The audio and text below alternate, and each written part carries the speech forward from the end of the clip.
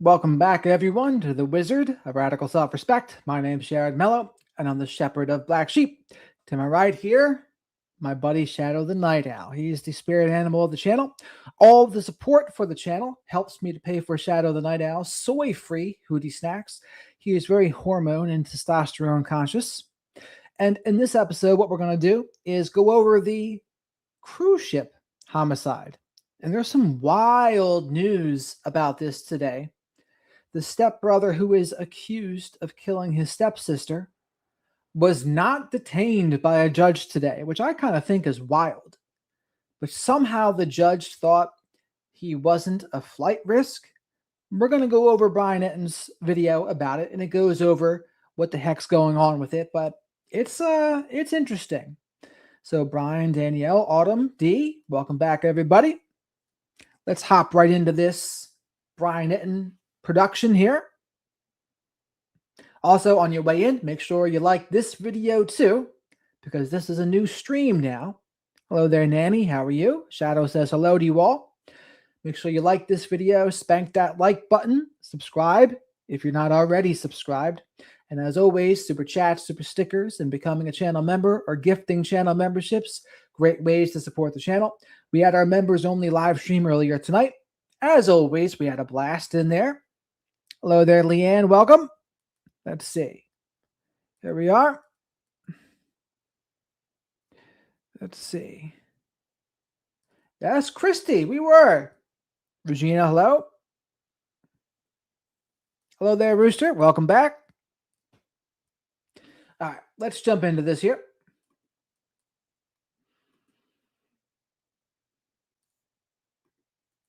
Hey guys, thanks so much for checking out my show. Appreciate you guys so much. Thank you so much for checking out my content and for subscribing. I just got out of federal court. This is the federal courthouse behind me in Miami. I was there. The Anna Kepner case, which I've been following for a while. That is the teenager who was on the Carnival cruise ship with her family, and according to investigators, her stepbrother, 16-year-old Timothy Hudson. Terrible story. Raped her, brutally raped her, and there were some just awful new details that came out today, So the names.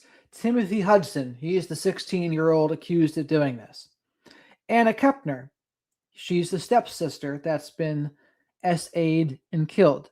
Now, prosecution says it's a pretty cut and dry case, which makes it even more suspicious why he wasn't detained today.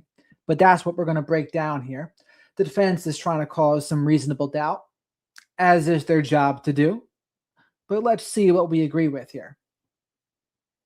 I'll get into, and then murdered her, strangled her to death, according to investigators.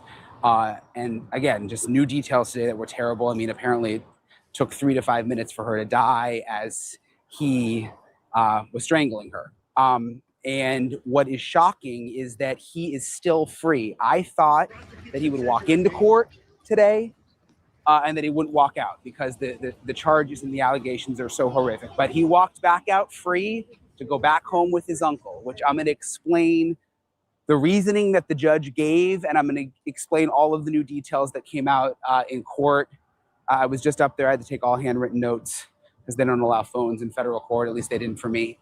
So I'll get into all of it in this episode of Brian Etten Investigates. Hey guys, all right, so I'm outside federal court. I'm going to go through everything that happened in the hearing and the new information that we have when it comes to what allegedly happened to Anna Kepner. Remember, this happened on a Carnival cruise ship in November, international waters. There was a family trip. You know, Anna was sharing a room with her stepbrother, Timothy Hudson, and her other brother.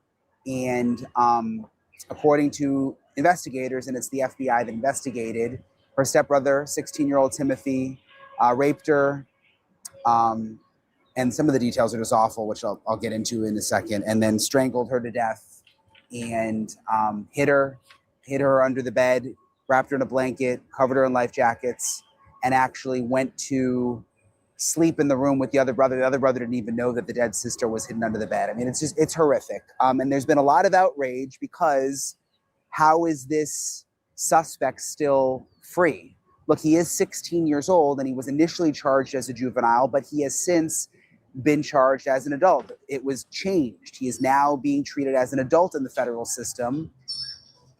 charged with murder and rape, yet still walking free. And you can see in the video, he walked into the courthouse and he walked out of the courthouse. And he's living with his uncle right now up near Tampa, Florida. The hearing was here in Miami. So I personally thought that he would be taken into custody. But as I'm going to get into in a second, it's more complicated than that because he's a juvenile, because the federal system is not really set up for juveniles. So I took really detailed notes of everything that happened in the hearing. I'm going to go through it with you now. Bear with me because basically you're not allowed to have electronics in federal court. You actually are if you fill out all these forms, which I forgot to do yesterday. So all I had was my notebook. And I have terrible handwriting. So like sometimes I even have a hard time reading my own handwriting. So just bear with me as I go through my notes. But Timothy came into court. The suspect arrived with his family. He was wearing a short sleeve shirt, blonde hair, looked like a fresh haircut. Looks like a 16-year-old, which to me was just kind of weird sitting in court thinking about that. I mean, he looks like a clean-cut 16-year-old kid. And so you're hearing these allegations and you're like, oh my God, like it's just kind of hard when you look at him to piece together what he is accused of. But he sat there, short sleeve button up, again, fresh haircut, blonde hair. They referred to him as TH in court, which is interesting. They don't call him by his full name because he's still technically underage and 16, which kind of confused me because I thought once they charged him as an adult, they would start referring to him by his real name, Timothy Hudson. But in court, they just refer to him as TH. Before they were operating under what they called the Juvenile Delinquency Act. So that's the federal system that handles juveniles. That's now changed because he is now officially being charged as an adult, even though he's 16. There was some new information with a timeline, according to the FBI. The victim's last communication was at 8:14 p.m. She was on Snapchat. So that was apparently before the murder and the rape happened. Prosecution was asking for detention, saying he needs to be locked up, concerned that he is a flight risk or a danger to society. They believe that the game has changed now that he is charged as an adult. Before, he was being charged as a juvenile. Now he's being charged as an adult. And the prosecutor told the judge, look, the game has changed now that he's being treated as an adult. He's looking at a life sentence, a minimum of 24 years. They also believe that that creates a real danger for him fleeing, for flight risk. They said that the prosecutor said that the family could feel bad for him and help him flee now that they know that he faces a life sentence, that there is clear evidence that he is a danger,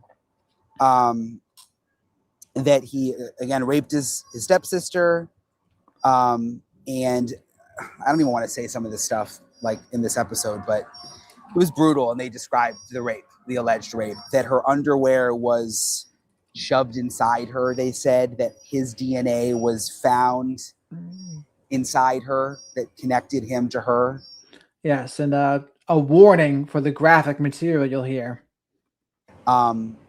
His semen, that Anna had bruising on her neck, that she was pinned down. And remember, this was in a Carnival cruise ship cabin, that he strangled her to death, that there's no way that this was an accident. Again, this was all according to the prosecutor as she was making her argument of why he should not remain free. That he strangled her for so long that her eardrum burst and that there was blood in her eardrum. That's how brutal the strangulation was, and that it lasted 3 to 5 minutes. So there was 3 to 5 minutes where she was essentially dying and suffering, and that there was blood in her eardrum.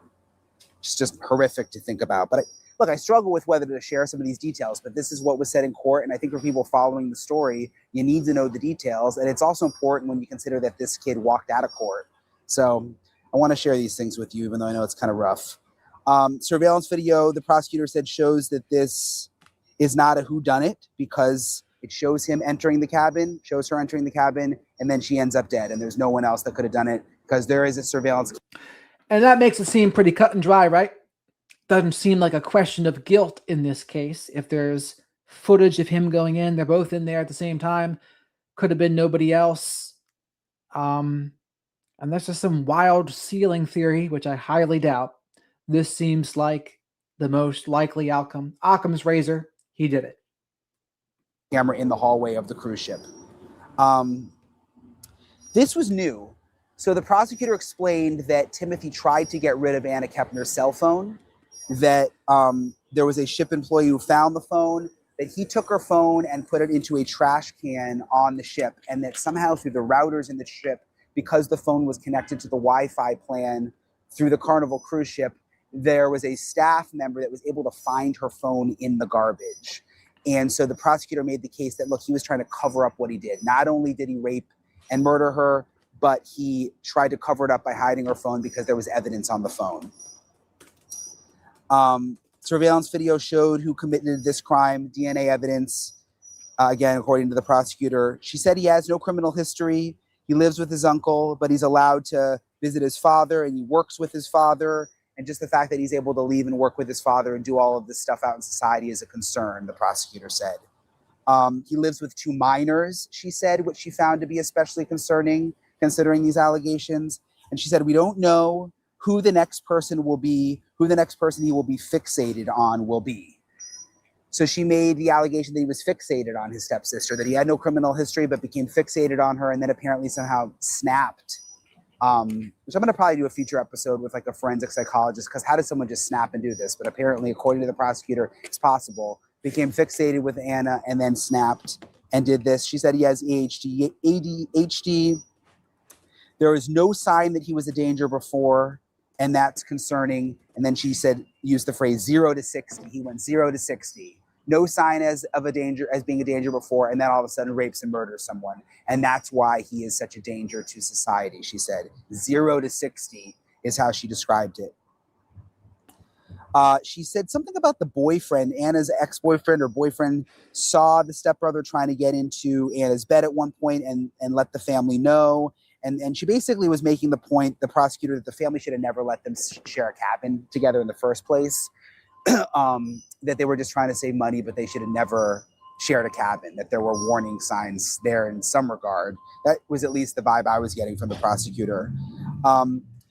They talked about how there's no case law, how unusual this is. And again, they're not equipped for a juvenile in the federal system. It became very clear. The judge was asking a lot of questions. They were explaining how there's just no precedent when it comes to a lot of this.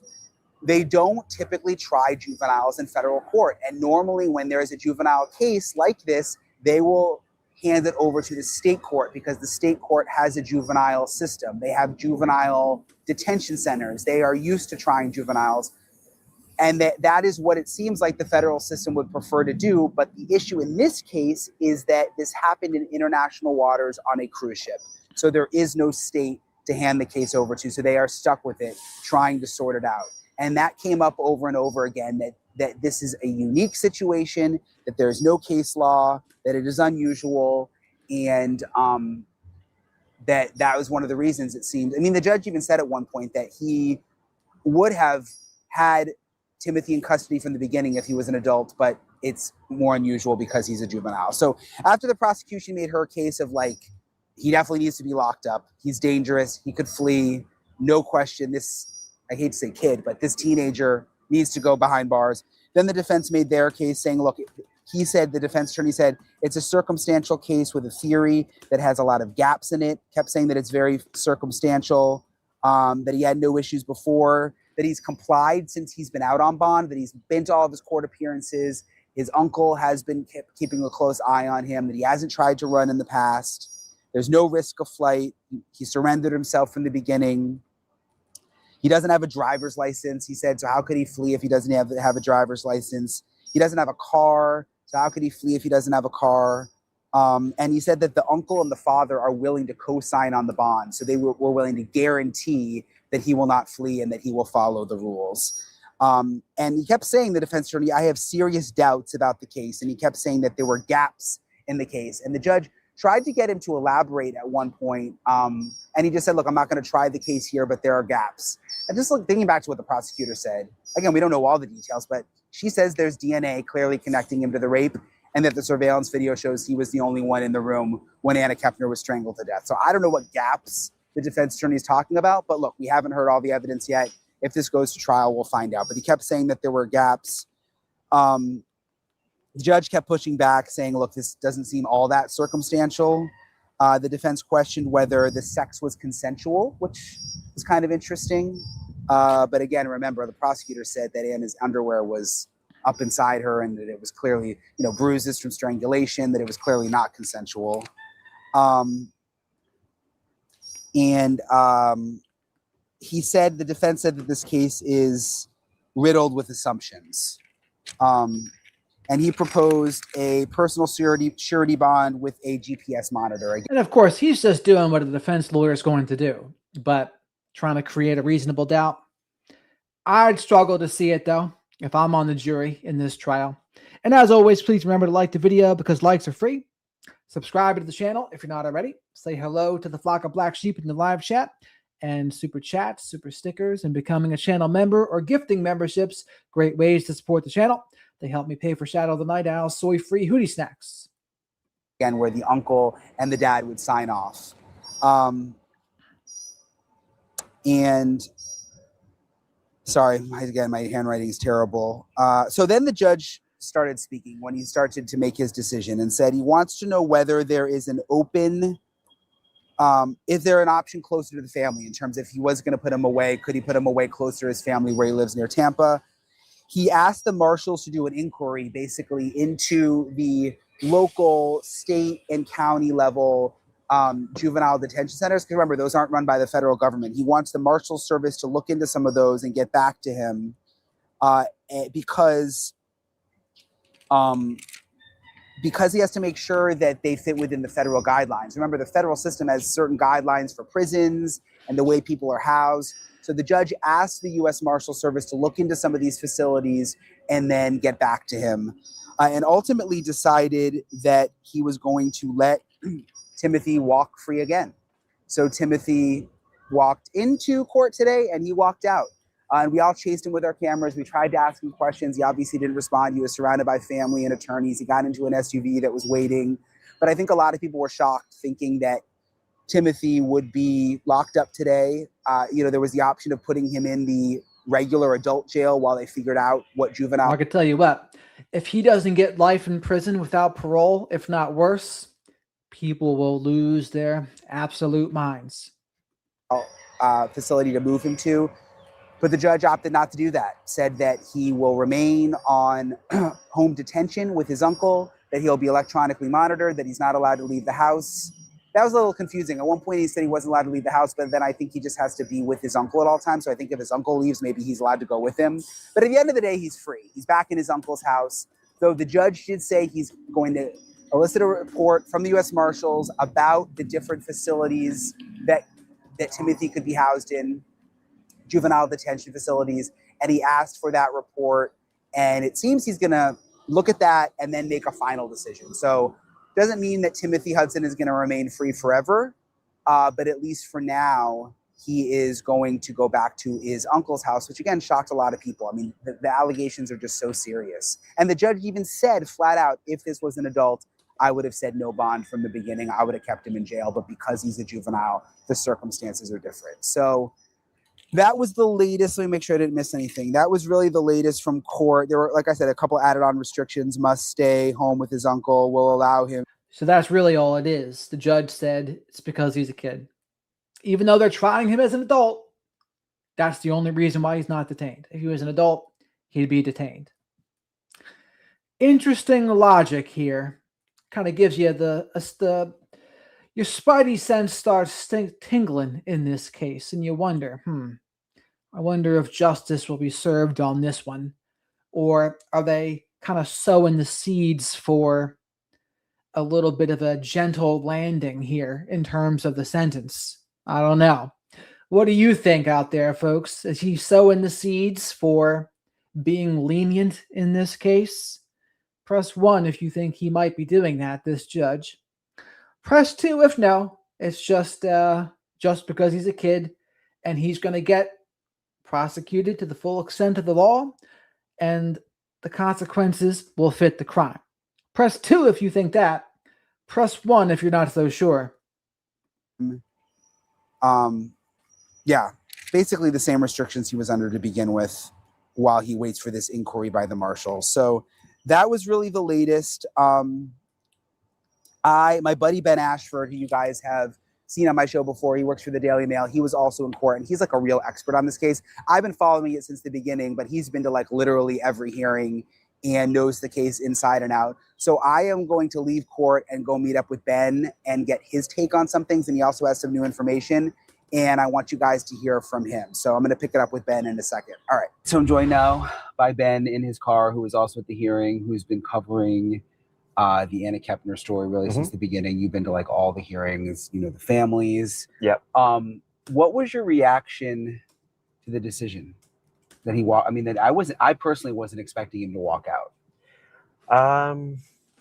I thought it could go either way. I thought he could well be locked up. He could also leave. But what I didn't really expect is for it to be unresolved. I didn't see why at this stage it was like a hearing initially calling for another hearing. I think it was frustrating for everyone involved. And I know it will be very frustrating for the family from when I've spoken to like Anna's dad before. They just want it resolved. They want him in custody as well. But I don't know. I'm not a lawyer. I don't sit in the federal courts every day, but it seemed frustrating when he had all that information there, the judge today, Judge Edwin Torres. They'd had a 3-hour hearing previously, and there wasn't enough information to decide what to do with him. That's what surprised me. I thought it was going to be in, out.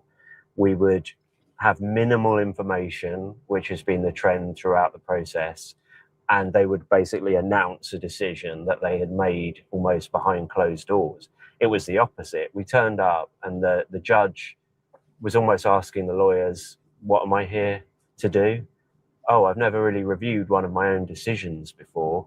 It was all a bit chaotic. And in the end, if you fast forward a couple of hours, he didn't reach a decision. He just pushed it further down the road.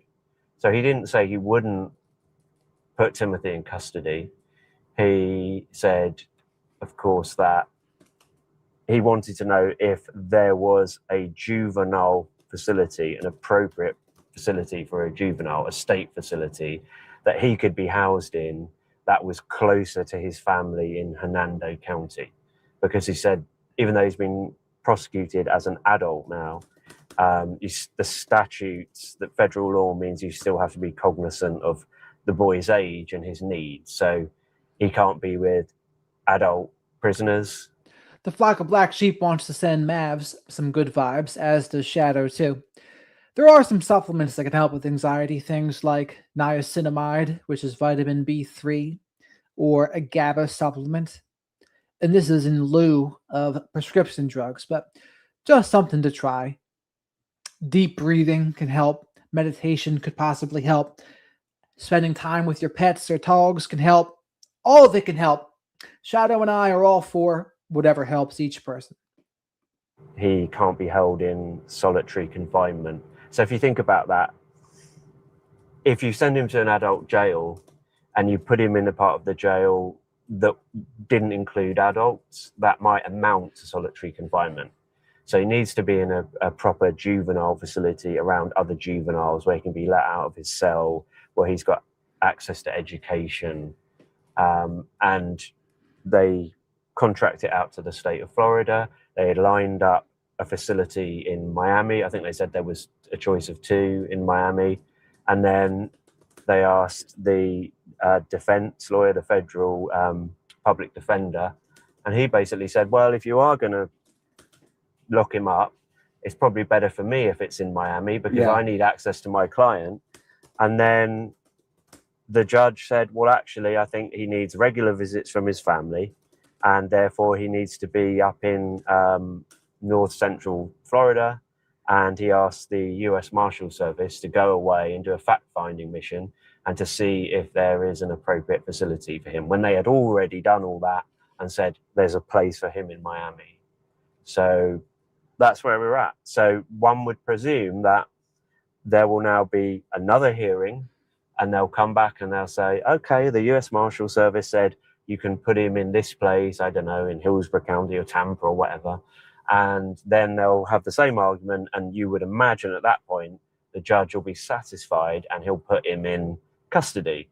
But at that point, it might be a couple of weeks off the trial. So what's the point? So you've seen Timothy before. I mean, you went out to where he's staying with the uncle. Yeah. I think have you seen him at another court hearing too?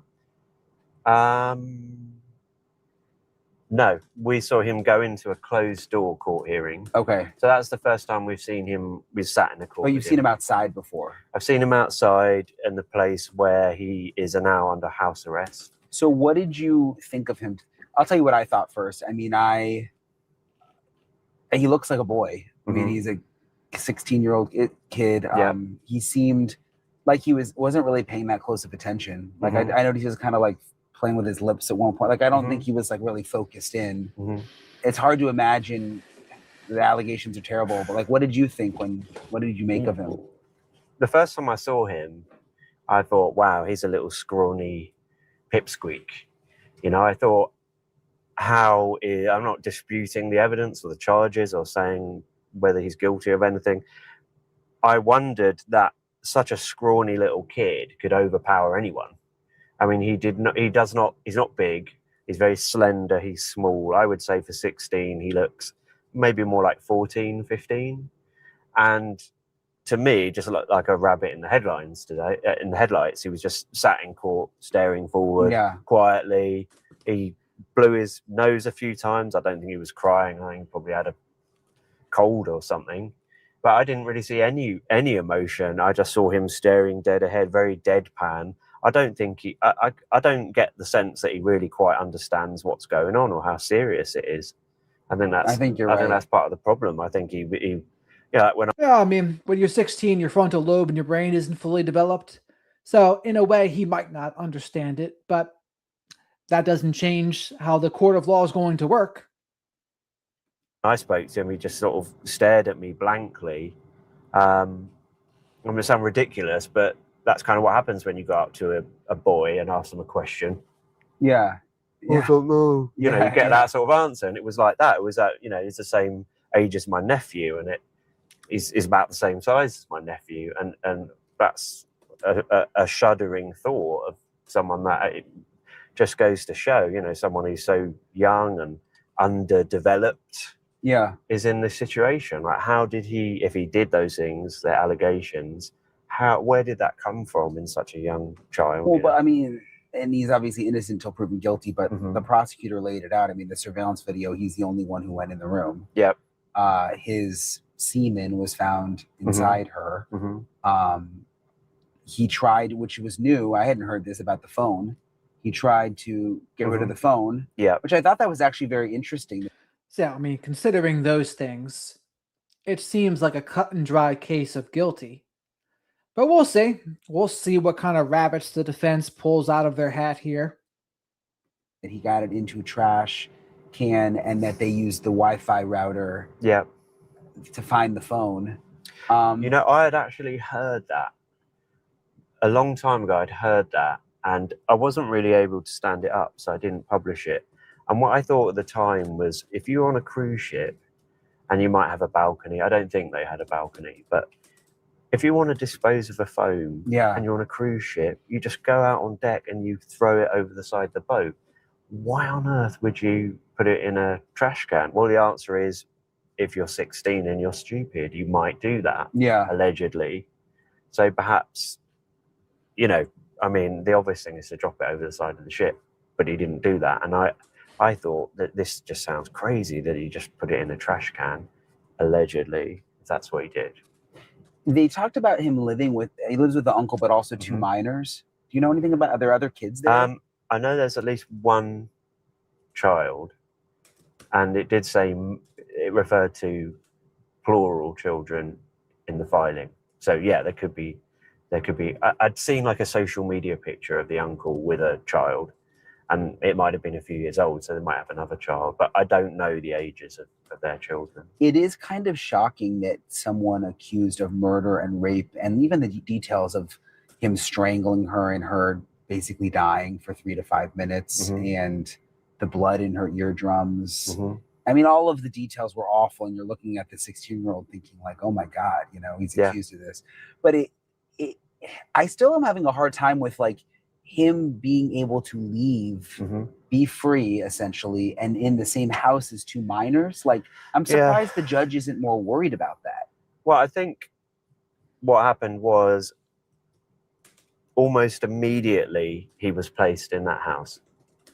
And then you had the Brevard County Family Court proceedings where that came up and they said, okay, we're putting him in this house. So we know that as soon as they got back from the cruise, they know there's this shadow of suspicion over Timothy. So they sent him away from the house, which they had to do, really, if you think about it.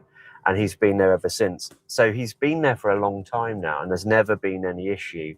I think because the family court in Brevard County said, oh, that's okay, it kind of endorsed the arrangement, and they had to file like an affidavit saying they would leave him there and they wouldn't go and get him.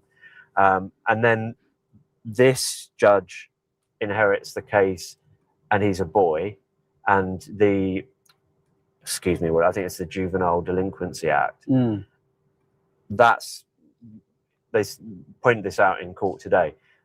When you enter the federal system as a kid, you're under this very kind of kid gloves piece of legislation. That means it's about rehabilitation rather than punishment. You come out at age 21, is it? Regardless of what you did. And you don't get a criminal record. There is a serial killer that did this very same thing. I think it was Edward Kemper, but he was 16. He killed, I think it was his grandparents or something crazy like that.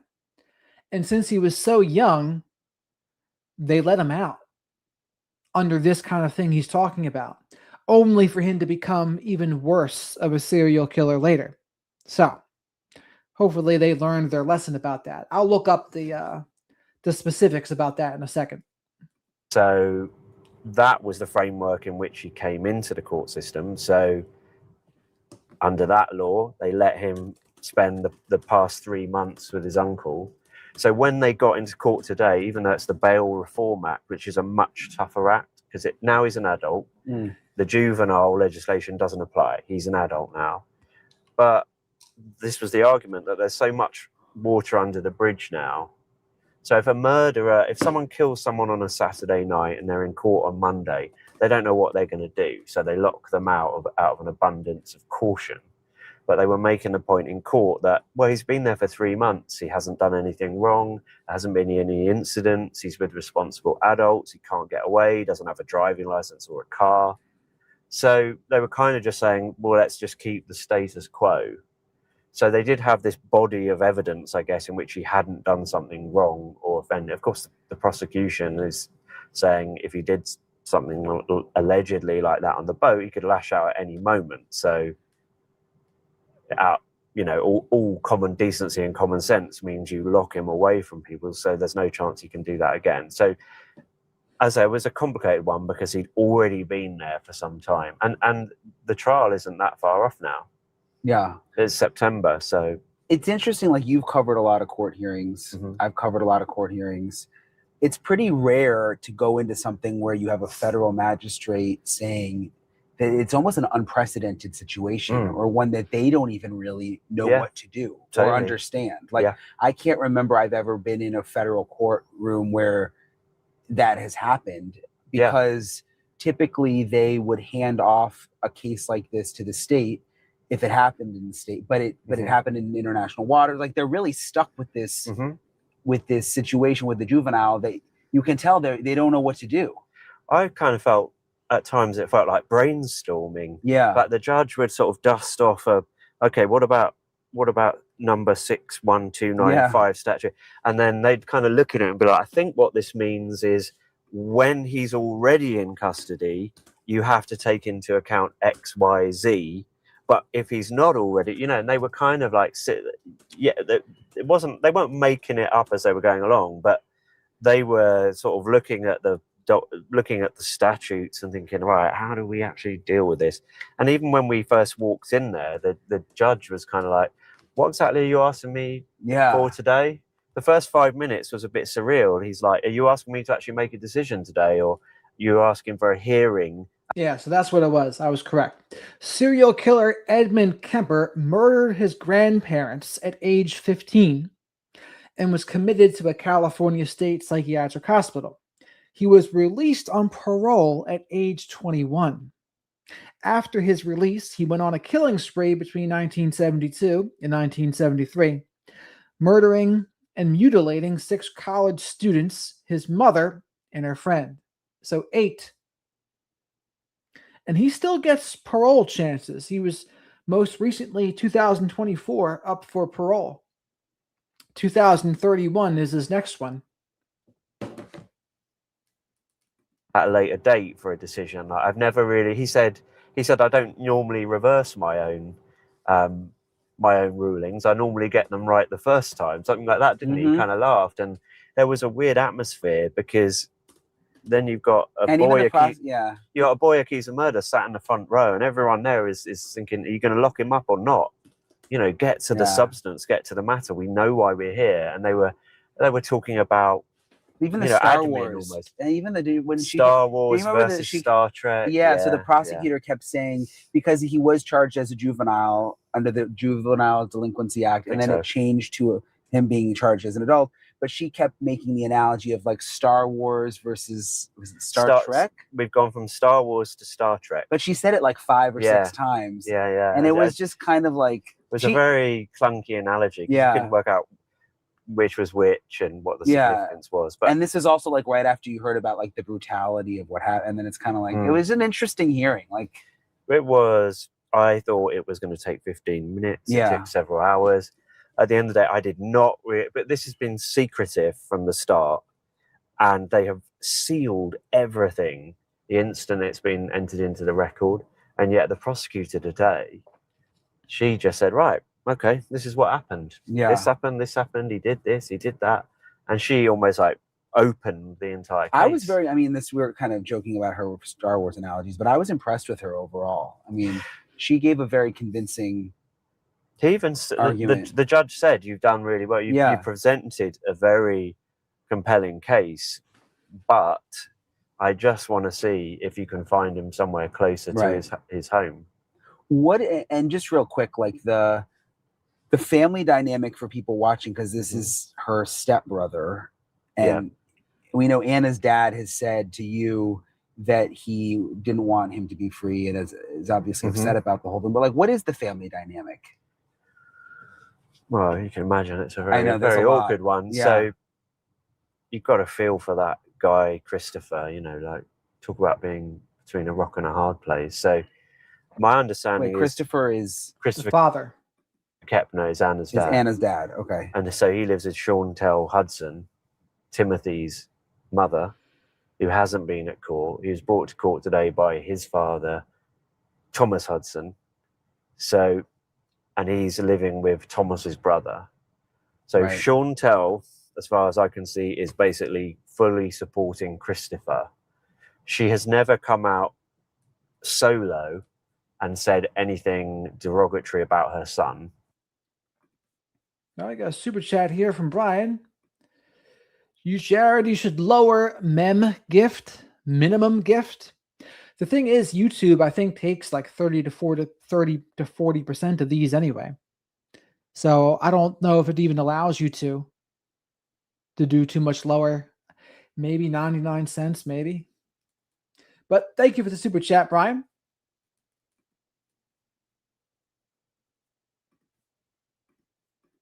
She said plenty of warm tributes to Anna and how much she loved her and misses her and how awful it was. And she has said, we are united as a couple. We need justice for Anna. So she's not come out and said, Timothy's a monster. I mean, that's her son. So it's very, very confusing. But they've released joint statements, basically focusing on remembering and paying tribute to Anna and for Anna to deserve justice. And Christopher, Anna's dad, has not particularly kind of relayed into Timothy in our conversations. There hasn't been too much hyperbole or he's this, he's that, I want to see him strung up or anything like that. He's been quite measured, I guess, because he knows how difficult and hurtful it is for his wife. So, you know, it's such an incredibly awkward, devastating situation for that guy. And the uncle who Timothy is living with, do we know much about him?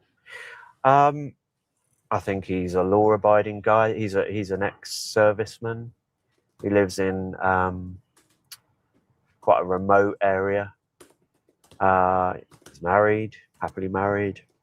Yeah. For all accounts, totally stand-up guy. And they said in court that, you know, he's a responsible adult and he's willing to do whatever he needs to do and supervise the boy and to co-sign a bond if he goes out. So, yeah, he seems like one of the more responsible people involved. You know, of all the characters in this very sad drama, maybe, you know, that's one of the people who doesn't have any kind of shadow over their reputation. Sometimes I was thinking about it in court today, like with some of the other cases I've covered, like even Tyler Robinson with the Charlie Kirk, like his family shows up, you know, despite them turning him in. And you just think about, like, Ryan, the lowest right now is 199. I don't know what the issue is here. Like, seriously. I was sitting there thinking, like, even though he is accused of such a terrible thing and the evidence is really bad, it's like, it does seem like his family, at least the uncle, is still trying to do the right thing. And it's like, the minimum of mine is not $6.99, so I don't know what you're talking about. dad has been 100% behind him the whole time. Yeah. You know, protesting his innocence. Oh, protesting his innocence. Oh, yeah. I mean, Timothy has pleaded not guilty. Yeah. And we got a very interesting flavour of a potential defence today, if you notice, because when the consensual thing, no one wants to hear this, but it is a potential line of defence, isn't it? He said that he didn't dispute the idea that Anna and Timothy had sex, right? But he said that there wasn't evidence to say whether or not it was consensual or non-consensual, and he furthermore said that the prosecution apparently Brian wants me to change the minimum from $1.99 to 99 cents. Are kind of presuming that the fluid entered Anna at the same time as the murder. Yeah, he said they could be separate. They could have had contact. No one is suggesting it happened after. Yeah. But I guess he was hinting at that there could have been a sexual encounter before this all happened. Yeah. It didn't. He said that it was, their case was based on gaps and presumptions, didn't he? And he said that he could see theories. He said theories. So he questioned whether there's any proof to say that the sexual encounter immediately was involved in the murder and that it was non-consensual. It'll be interesting if it actually goes to trial. I mean, you're right. That was a little. There are memberships for $2.99 and $6.99. Super chats can be any price. Like, you can literally do whatever you want for super chats. Glimpse into what the defense may be. Yeah. Anything else that stood out to you before I let you go? The only other thing was quite interesting was they said today, if he enters a plea, they could get 24 to 34 years, didn't they? Yeah. And obviously life if he was found guilty. But with that, with credit for pleading, it would go down to 24 to 34. You're probably better at maths than me. He's 16. 420 plus. Potentially. You get out of 40 to 50. Yeah. So quite a lot of life left if he did decide to plead. Well, we'll see what happens next, I guess. I don't know if there'll be another. Will there be another hearing when the judge gets this report back from the marshals about the juvenile jails, or will he just make a decision? Well, he said he was putting the motion in abeyance, wasn't he? Which means basically like suspending it for other things to be decided. So, good question. We just have to watch PACER, the court admin system, and see if there's another hearing. But yeah, it strikes me that he could just order the boy to surrender, and we'll just find out about it once it's already happened, particularly if it's up in Hernando County. Yeah. So we could just find out one day he's in a juvenile detention. Well, I'll stay on it. Ben will stay on it with the Daily Mail. He's been all over it. And thank you guys for watching. I'll talk to you guys later. So now he has some Nancy Grace to go to. So B told me that it's just for gifting, that's the minimum. That's news to me.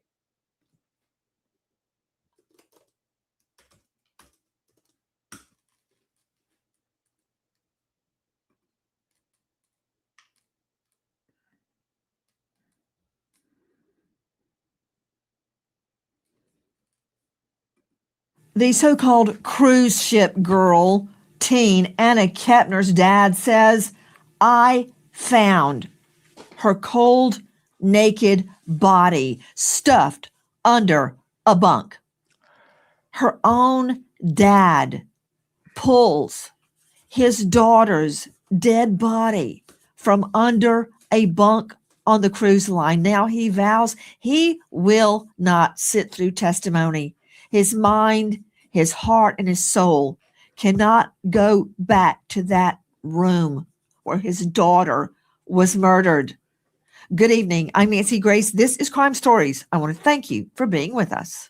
By the way, make sure you like this video as we move on to Nancy Grace here. Subscribe to the channel if you're not already, and tell a few friends about the flock of black sheep while you're here too. I like Nancy Grace, as does Shadow as well.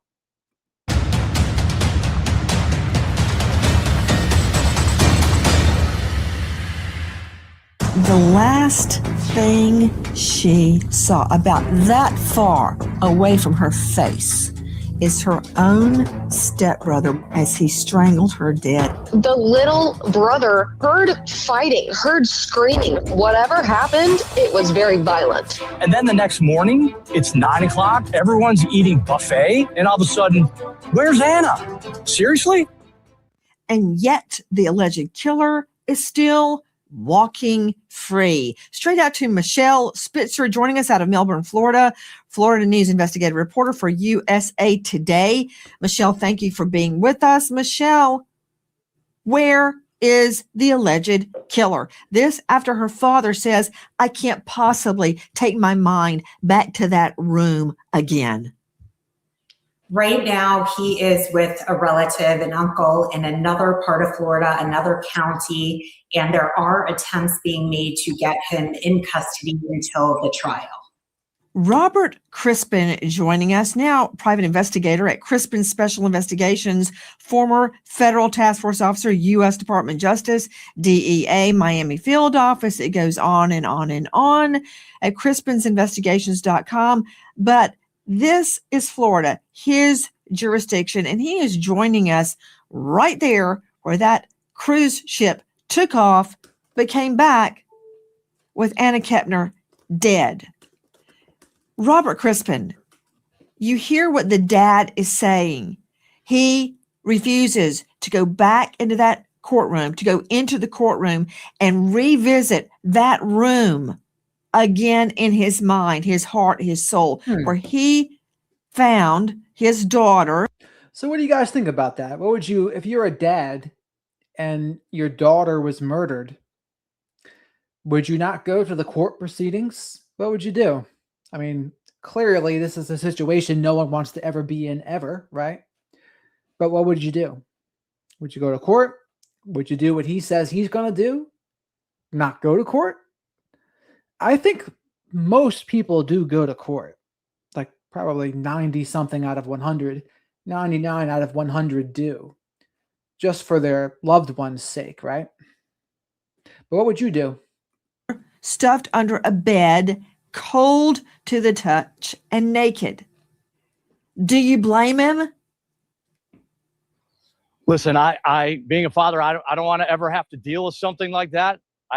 I don't blame him, but unfortunately, this is the federal government and this is a homicide investigation. And by hook or crook, he's going to have to testify and the government's going to have to put him on the stand. He's the one who found Anna dead. He's the first person back to her body to find her naked.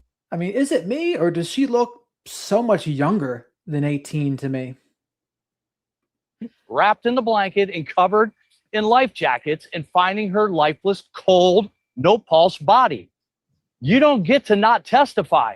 I completely understand and I'm compassionate with him, but he is a major indicator of moving this case forward. Hey, Crispin, I believe that first a maid went in and saw her, and then I'm sure screamed her head off.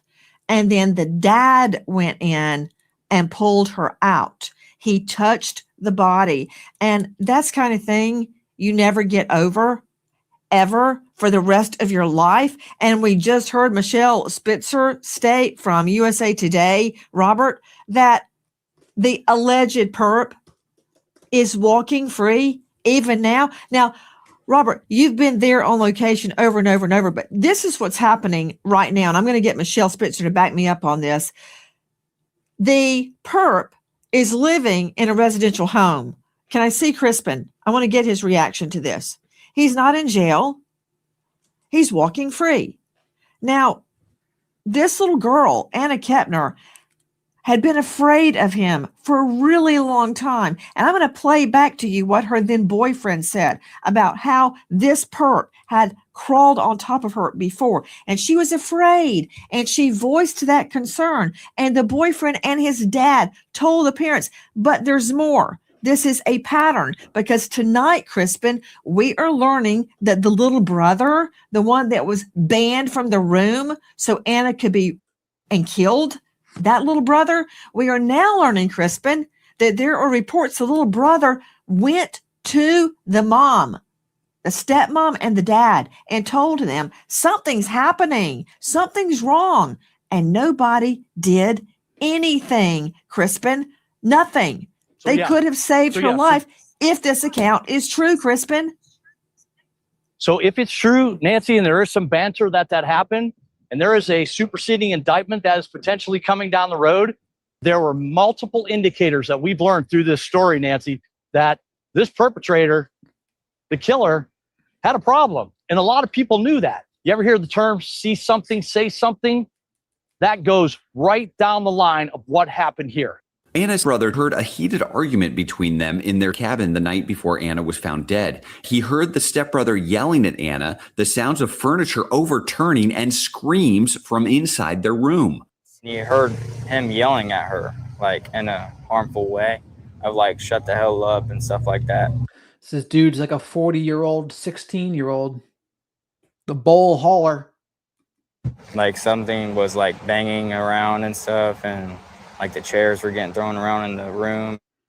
From our friends at Inside Edition, straight back out to Michelle Spitzer joining us, Florida investigative reporter with USA Today. Michelle, I find it very difficult to believe that the little boy, age 13 or 14, did not go tell the mom or dad something's going on in there. Yeah, there has been nothing in court documents regarding the other sibling that was in the room and what he may have seen, what he may have heard. We do know he was not in the room when the alleged incident took place, but we don't know where he was, again, what he heard or saw. We also are learning from the uncle who went online to Dave Mack, Crime Stories investigative reporter, and I want to read it correctly. This is from Martin Donahue. He states that the little brother told his stepmom when no one could find Anna on the ship. So yes, they knew who did this. It sickens me. The father, Chris, remained silent. So I guess this means, I'm extrapolating from these words, that it was the little brother again that raised the alarm, Dave Mack, the following morning, that nobody could find Anna. So you have the boyfriend and his father telling the family, the perp keeps trying to attack Anna. She's afraid. And again, if that's what's going on, it was extremely negligent for those parents to let them have a room on a cruise ship together, isolated in international waters. I mean, that's the scary part about cruises, right? I mean, cruise ships have like a detention center at the bottom of them because they need to. But some people, when they get away from authority, they think, oh, wow, I'm going to try to get away with some things here because I'm away from authority. I'm away from the powers to be. Also, cruise ships, I would guess, have a few police officers too. The police cruise officers, right? They have to. Or I would think so, at least. Or does the crews hire their own security? Chat, what is it? Which do you know? Do they hire police or do they hire their own security? I'd imagine it's one of them, right? Nothing was done. Then you have the little boy reportedly telling the mom and the dad, they're on the cruise, something's going on in there. Nothing was done. You have the little brother again the next morning saying, I can't find Anna, but no one did anything. Dave Mack, do I have that correct? Nancy, that is what Martin Donahue wrote for all the world to see. You're dead on accurate. What he is saying is that Anna Kepner, that this younger brother, this 14-year-old, was locked out of the room, and that he told the parents, something's going on. I hear an argument. I hear stuff being thrown around. Nothing was done about it. And that's a shocking thing. If true, it's beyond what most of us can imagine. But getting right to the heart of this, Martin Donahue posted this early on, Nancy, and he's asking people to please follow along and be involved in this case. How many warnings did it take for the parents to finally hear, or did they ever hear, what was happening to Anna Kepner? Now, this little girl has been sex assaulted and murdered. Her cold, naked body stuffed under a bed on a cruise ship. Ugh. Yes, cruise ships have their own dedicated security teams. They act as the onboard police force, handling everything from disruptive behavior to investigating crimes and temporarily detaining individuals in the ship's jail, known as the brig, until they can be handed over to local authorities at the next port. And that's the other part about it. A lot of people get absolutely shit-faced on a cruise. And when you're shit-faced on a cruise, people's worst impulses can come out. And you better believe people that go on a cruise, yeah, some of them, that's what their goal is. Maybe not the worst impulses part, but they get drunk and then the worst impulses happen. Onboard security operates much like a private police department, but with a few key differences. This is good here. Ready? Professional staff. The security team is typically composed of former law enforcement officers or ex-military personnel. They are highly trained in crowd control, surveillance, and emergency response. Onboard authority. Security officers patrol the ship 24/7 and enforce the cruise line's guest conduct policies. If a passenger is overly intoxicated, violent, or repeatedly breaking rules, security can remove them from the ship at the next port of call. The brig. Ships are equipped with holding cells for passengers who commit serious infractions or pose a danger to others. Once the ship returns to its home port or makes an emergency stop, offenders are turned over to local law enforcement, jurisdiction, and the FBI. Because ships sail in international waters and across different countries, the rules can get tricky. However, for many U.S.-based cruise lines, major crimes like assault or theft, or worse in this case, are strictly governed by the Cruise Vessel Security and Safety Act. Interesting. Onboard security will secure the scene, preserve evidence, and work directly with organizations like the FBI to determine jurisdiction and investigate the crime. Now, let's take a look at the Cruise Vessel Security and Safety Act. Going to the FBI.gov. Crimes on board cruise ships. Did you know that the FBI investigates crimes committed on board cruise ships? Shadow and I did not. Crimes during cruises. The FBI focuses its investigative efforts on specified serious crimes committed within the special maritime and territorial jurisdiction of the U.S. These crimes include, but are not limited to, assault with serious bodily injury, murder or attempt to commit murder or manslaughter, kidnapping, sexual assault, robbery, theft of money or property and or receiving stolen property in excess of $10,000, firing, starting a fire on or tampering with the vessel. The FBI also looks into suspicious deaths and or missing U.S. nationals. FBI authority. The authority of the FBI to investigate criminal offenses and enforce laws of the U.S. on cruise ships, on other vessels on the high seas, or within the territorial waters of the U.S. depends on several factors. Location of the vessel, nationality of the perpetrator or victim, ownership of the vessel, points of embarkation and debarkation, country in which the vessel is flagged. Generally, the U.S. has jurisdiction over crimes committed on a ship if the crime occurs within the maritime jurisdiction of the United States, and the vessel is owned in whole or in part by a U.S. person or company. Additionally, there is jurisdiction over crimes committed by or against the U.S. national on board a foreign vessel if the crimes occurs during a voyage having a scheduled departure from or arrival in the U.S. Interesting. So that's our background on the law on the open seas. Shadow found that fascinating. And her dad, her bio dad, having to pull the body out, the nightmare sticks with him every day, every night. He vows he will not go back in the courtroom and relive what happened. He says, I don't want to return to that room, even in his mind. Here's one of the warnings this family had. She just didn't feel safe around him. She's scared to tell anybody because she was scared that he would do something to her.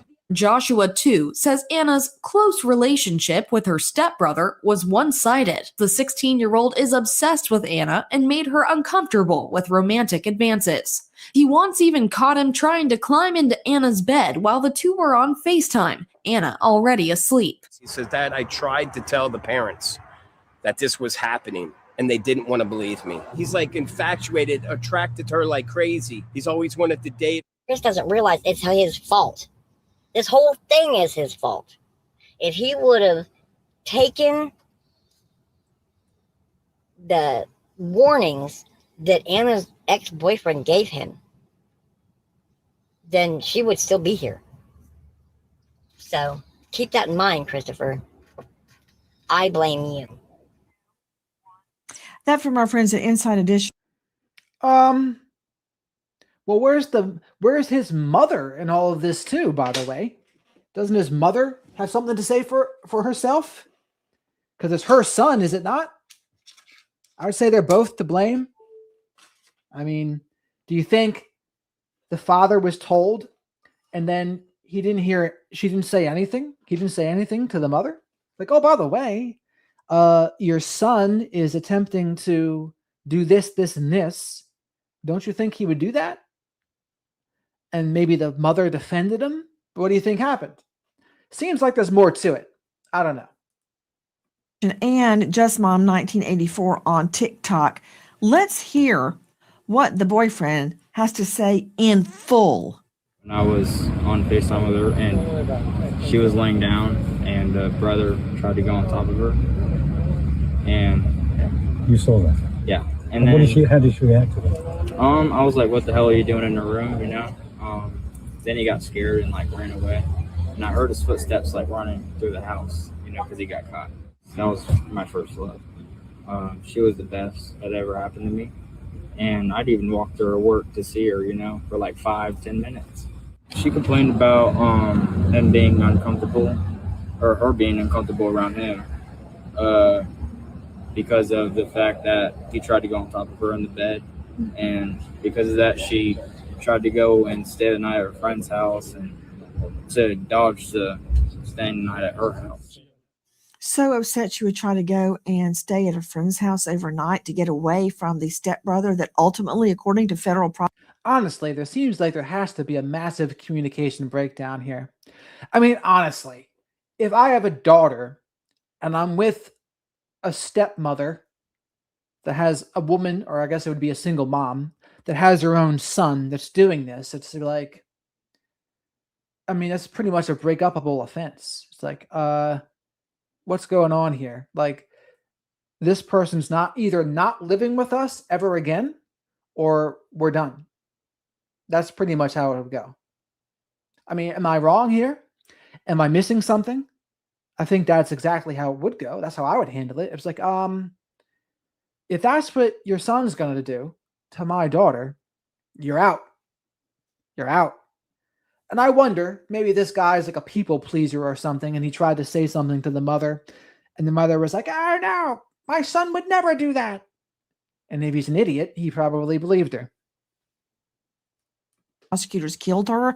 That is from the Space Coast Rocket Instagram. To Dr. Bethany Marshall joining us, renowned psychoanalyst out of the LA jurisdiction. You can see her now starring on Bravo and Peacock. She's the author of Deal Breakers, and you can find her at drbethanymarshall.com. Did you hear that? And Nancy, this is so disgusting. This is the classic pattern of sexual abuse of a child. If the boyfriend was on FaceTime and TH climbed on top of Anna while she was asleep, how many times had this happened in the past? And her dad refused to believe her. Let's be clear, TH is not her brother. The parents had not been married that long. He's some add-on and intrusion into her life that she did. That's the picture of the family. Let's take a look at that. He's some add-on. So I guess they are blacked out. So that's Timothy. That's the sister, stepsister. That's the father, I guess, blacked out, and his daughter. Miss Georgia Bulldogs, I guess this is her son. I mean, between the two of them, they were negligent. It's still the kid's fault. Don't get me wrong. It's still Timothy's fault, but it certainly seems like more action should have taken place to prevent it. But again, this is at the worst. This is the end road of dysfunctional families sweep problems under the rug.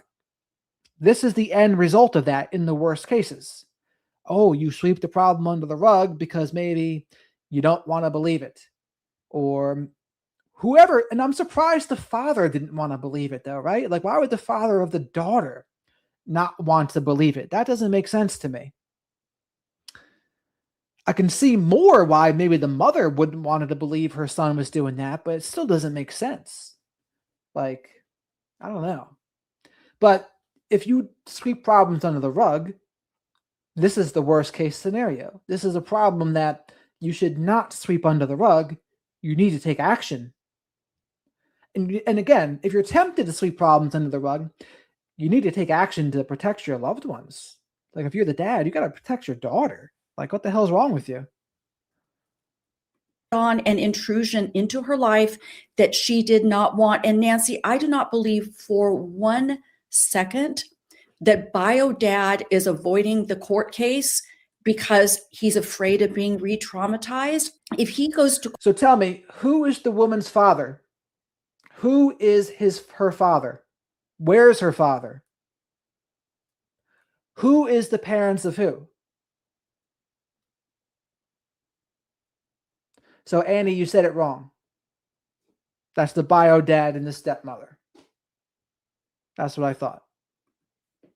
Court, he's going to have to hear all the details of the case, and he's going to have information presented to him that he was not listening to her pleas, and he does not want to hear that. Nancy, in all the cases we've covered, the mother and the father always want to go to court, always, because they want to vindicate the slain child. So in this case, I think the father, it's one last act of lack of protection towards his... I mean, and girl mama, that's a good question too. Like, was it just the boyfriend that said something to them? Or did she say something too? It'd be very interesting to find out. His daughter, that he's not going to court. It's tragic. So now there are claims of a, quote, cover up. A cover up.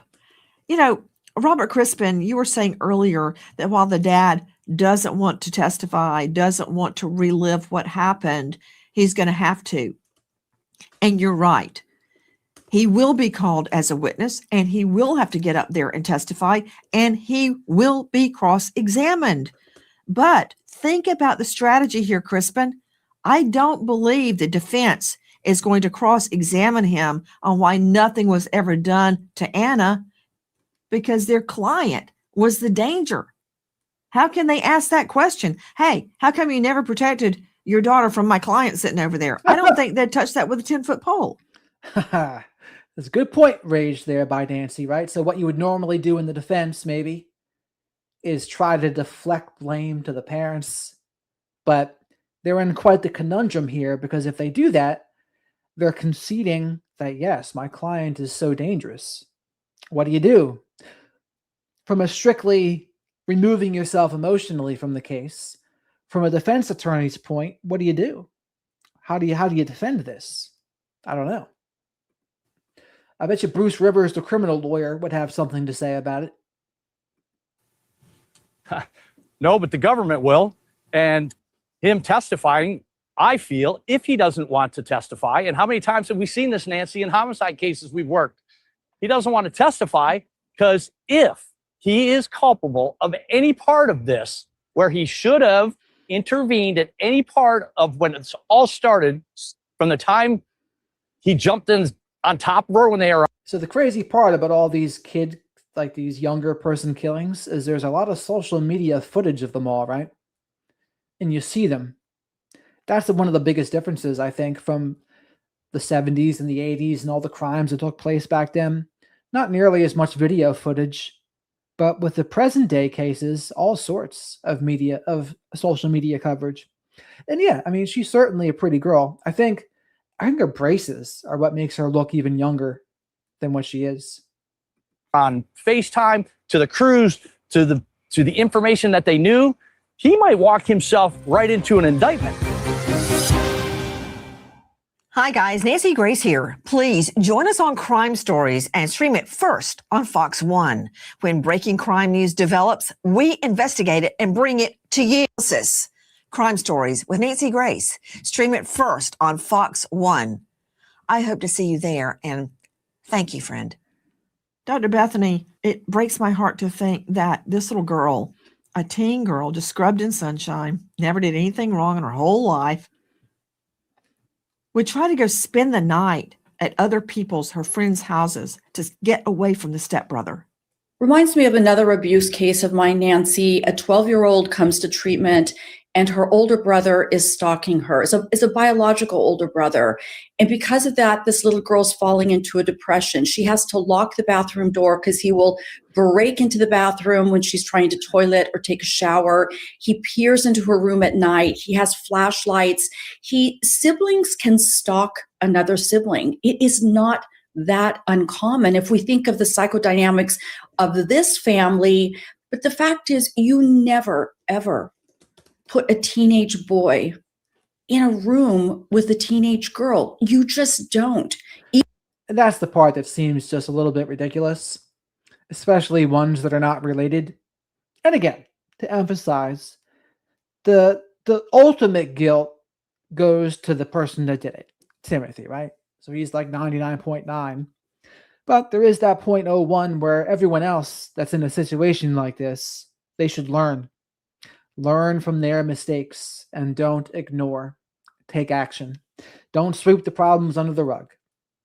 Even if they are biological siblings, which they are not. So what I think the thing about Anna we have to keep in mind, this is just what we see in this case, but there was most likely a history of him stalking her within that home and climbing on top of her while she's sleeping. You can't tell me that she was safe in that bedroom or that this was the first time she had been violated by him. Joining us now, out of this jurisdiction, veteran trial lawyer Greg Morse. He is a renowned criminal defense attorney. He founded Morse Legal, and he is the author of Untested on Amazon. Greg Morse, I know you've got plenty to say, but here are just a few of the legal issues. And Michelle Spitzer joining us, USA Today. Jump in if I get any of this wrong or if you want to add in. Don't wait for me to call on you like a school teacher. Please, Michelle. I need help with Greg Morse because there's no telling what defense he's going to throw out, spin it out. Greg, number one, why is this defendant walking free? Because if anything we've said tonight, if anything we have learned is correct, and let me remind everybody, the parents have not been charged with anything, not neglect, not child abuse, nothing. This is based on statements made by others. Okay. They haven't been charged with anything.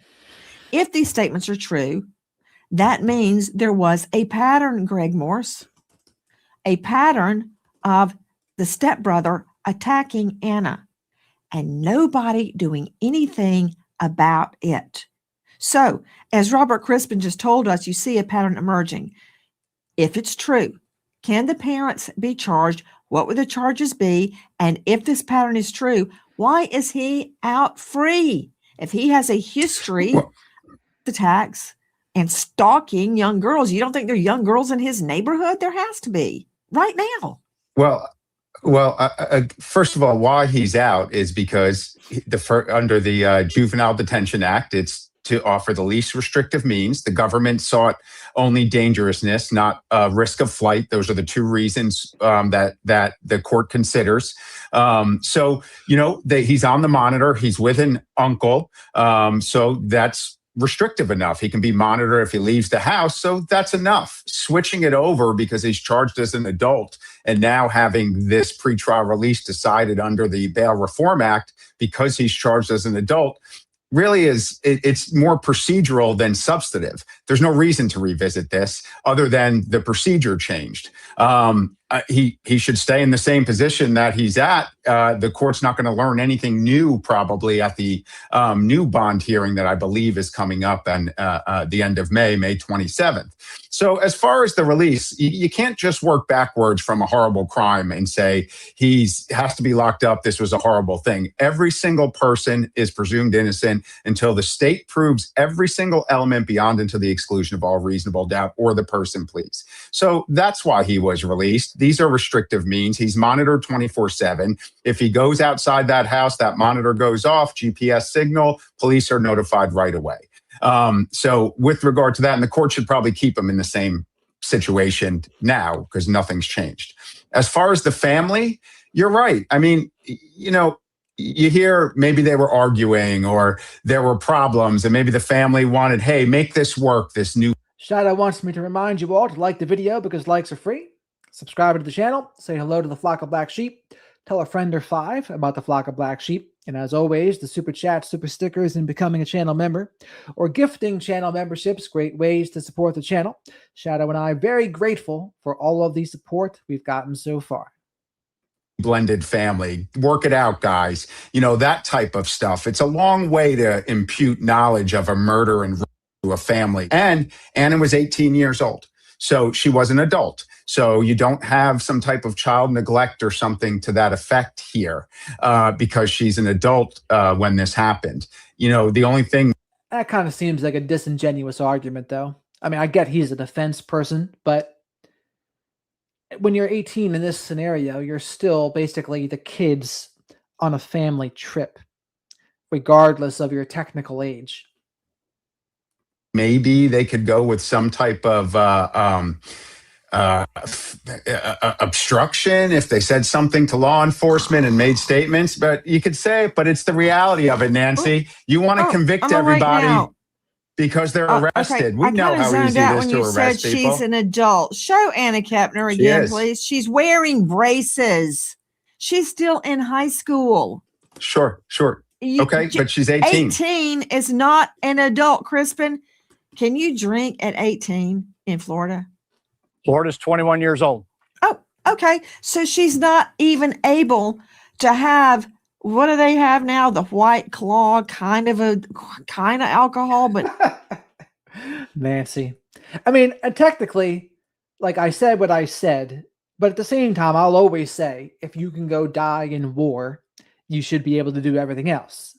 I do agree with that principle because if you can do that, you should be able to do whatever.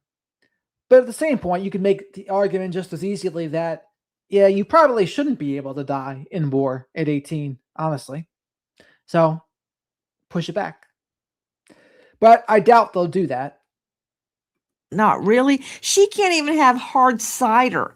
And Greg Morse is telling me that she is an adult. Hold on. Keep it on Crispin.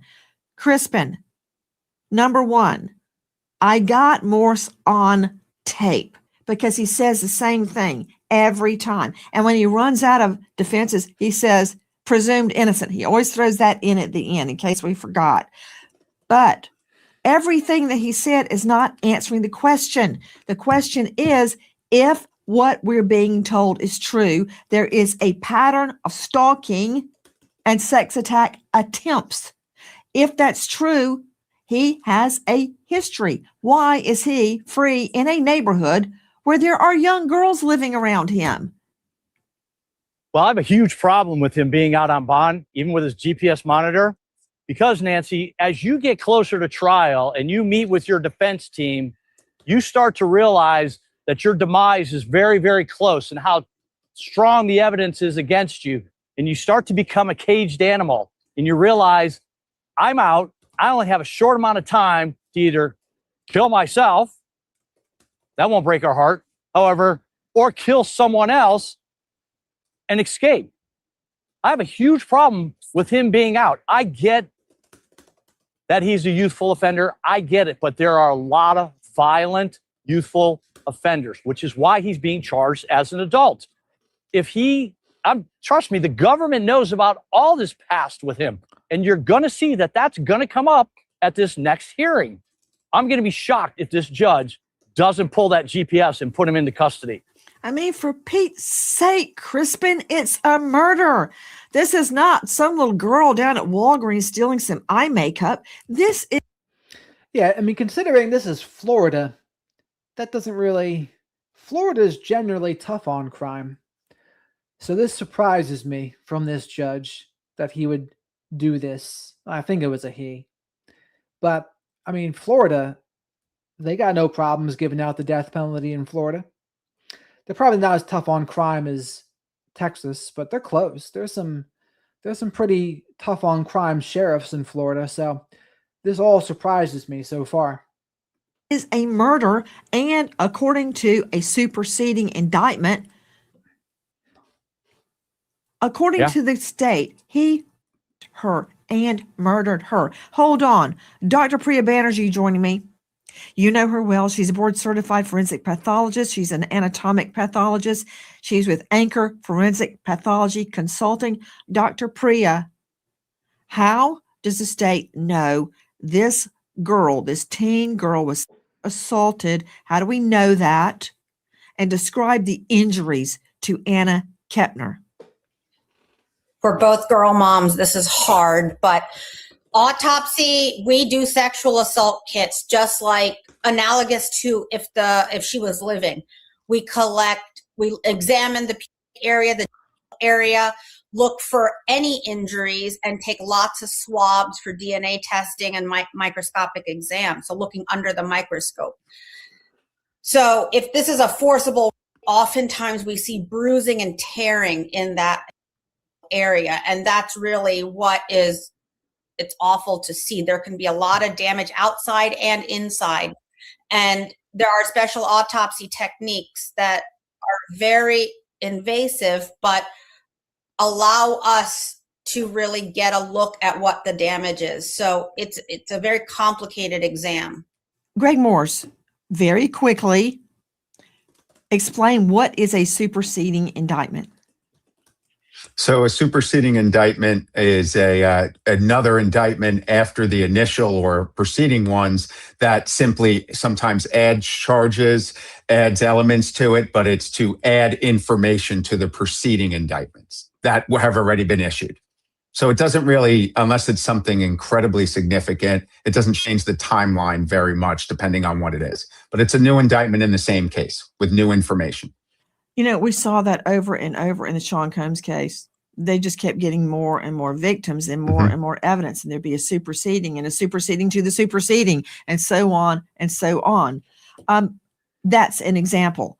Oh, there he is. Did you have to show him to me again? I guess you did. Hey, Dave Mack joining us, Crime Stories investigative reporter.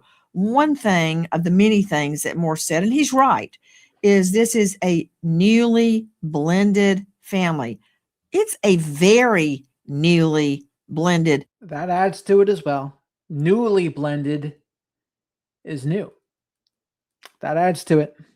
Family. In fact, the stepmom and the bio dad are basically still honeymooners. They were only married 11 months, Nancy, when this cruise took place. And during that time period of that 11-month marriage, there were all of these warning signs that you've been talking about. Oh my goodness. So they're only married 11 months. I wonder how long the courtship was before that.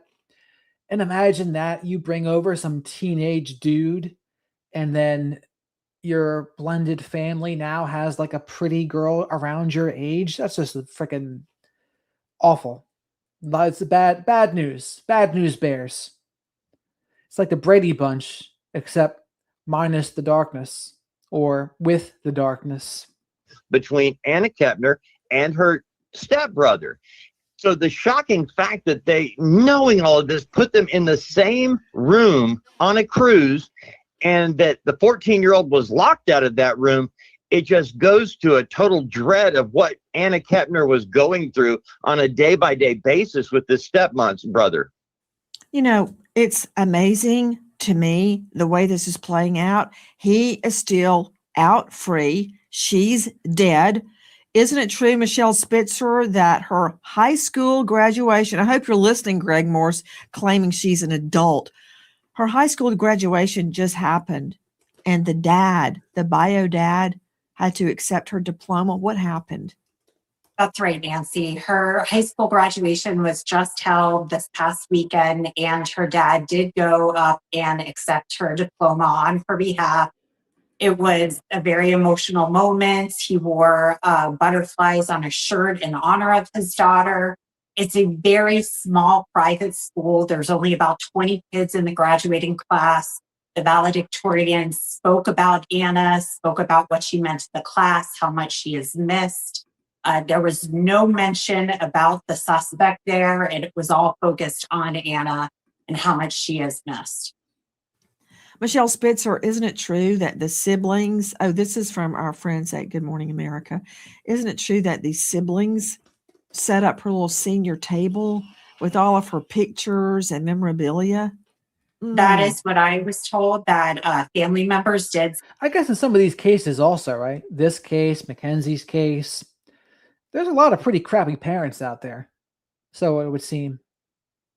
Don't you think? Or Shadow and I out of line here? But it sure seems like there's a lot of crappy parents. Set up this table to reminisce about Anna and remember her in the good times. Her family has said they want her to be remembered by the way she lived, not the way she died. She was a cheerleader, known for being very bubbly, very happy all the time. And so there were a lot of good memories, and she was thought about a lot this weekend. Hi, guys. American homeowners. I think the other part of it is there's always, like Miss Kim said, there's always been bad parents. The difference is we can now get access to all of them. We see them. We see all the crimes and the bad things much quicker than we ever used to. So that can skew how people can see it. So good point, Miss Kim. Back to you, Crispin. I know you can't see a monitor where you're joining us there on the scene, but we were just showing her senior table. My twins are about to graduate, and I've been doing senior table after senior table after senior table. Can you imagine putting together a senior table and your daughter has Did Nancy Grace just say she has twins? Been assaulted and murdered? And the dad has to pull her cold body out from stuffed up under a bed, and you're making a senior table? I mean, all you've got left of her is an urn. A senior table. I mean, listen, I could see that in the monitor, and that's heartbreaking. That is beyond heartbreaking. This entire situation is heartbreaking, but accountability starts for everybody involved when the first arrest was made. And the United States government is going to take this all the way to the end. If there's nobody else responsible and they deem nobody else is responsible, then it's over with the arrest of him. But yes, That table is heartbreaking. And it's just, I don't even know how to put words to it. I don't even know what I would do. I if that don't was my either. son. Looking at that, and you know what? I got to make another senior table tomorrow night. I mean, and when I'm making those pictures of my little girl to put up on that poster, I'm gonna be thinking about Anna Kepner and her family making. I can't remember if they did that when I was growing up. Did they have senior tables? I can't remember if they did. I'm trying to even remember my high school graduation. All those posters we just saw and how they must have just been sick doing it. But, you know, think about it. Looking at that poster board and that senior table and the dad getting a standing ovation when he goes to accept her diploma. Crispin, remember when her body was found, they came back to port, and suddenly the stepson was too upset to speak anymore once the law enforcement got a hold of him. But guess who else didn't speak? The bio dad and the stepmom. And according to these posts, the little brother had told them what had happened. And they said nothing. Listen, Nancy, that is not a coincidence. You as a prosecutor or me as a former homicide detective, that is not a coincidence. This time frame from the time that they found the body until that ship got back to port here behind me and the feds were able to get on there and start their investigation, they had a lot of time to get together and talk. And family protects family, regardless. Well, when you say family protects family, to Dr. Bethany Marshall, nobody was protecting Anna. Nobody was protecting Anna. Nobody was protecting Anna. And I do hope bio dad does go to court. In terms of this, you know, I forget what you call them, all the information being added on like we had with P. Diddy, a lot more is going to come out. She had girlfriends, Anna, whose houses she spent the night at, so she would avoid TH. Let's not call him her brother because he was not her brother. She hadn't known him that long. And all those girls are going to want to talk. They're going to talk to their mothers and fathers. The mothers and fathers are going to talk to police. There's a lot more information coming out, Nancy. It's going to get ugly. I'm really sorry to say, but that's what's going to happen. And speaking of upcoming, back to Michelle Spitzer joining us, investigative reporter there in this jurisdiction of Florida for USA Today. Michelle, we've got upcoming court dates. The first thing I believe is going to be a court date where they're going to talk about bond in case there's any threat that he might go into juvie jail. They want a bond. I think that's going to happen. The trial date has been moved. Tell me what's happening. I do want to point out that a lot of the information that has come out, aside from hearsay from random people, is court documents related to a custody case involving Anna's stepmother and her former husband.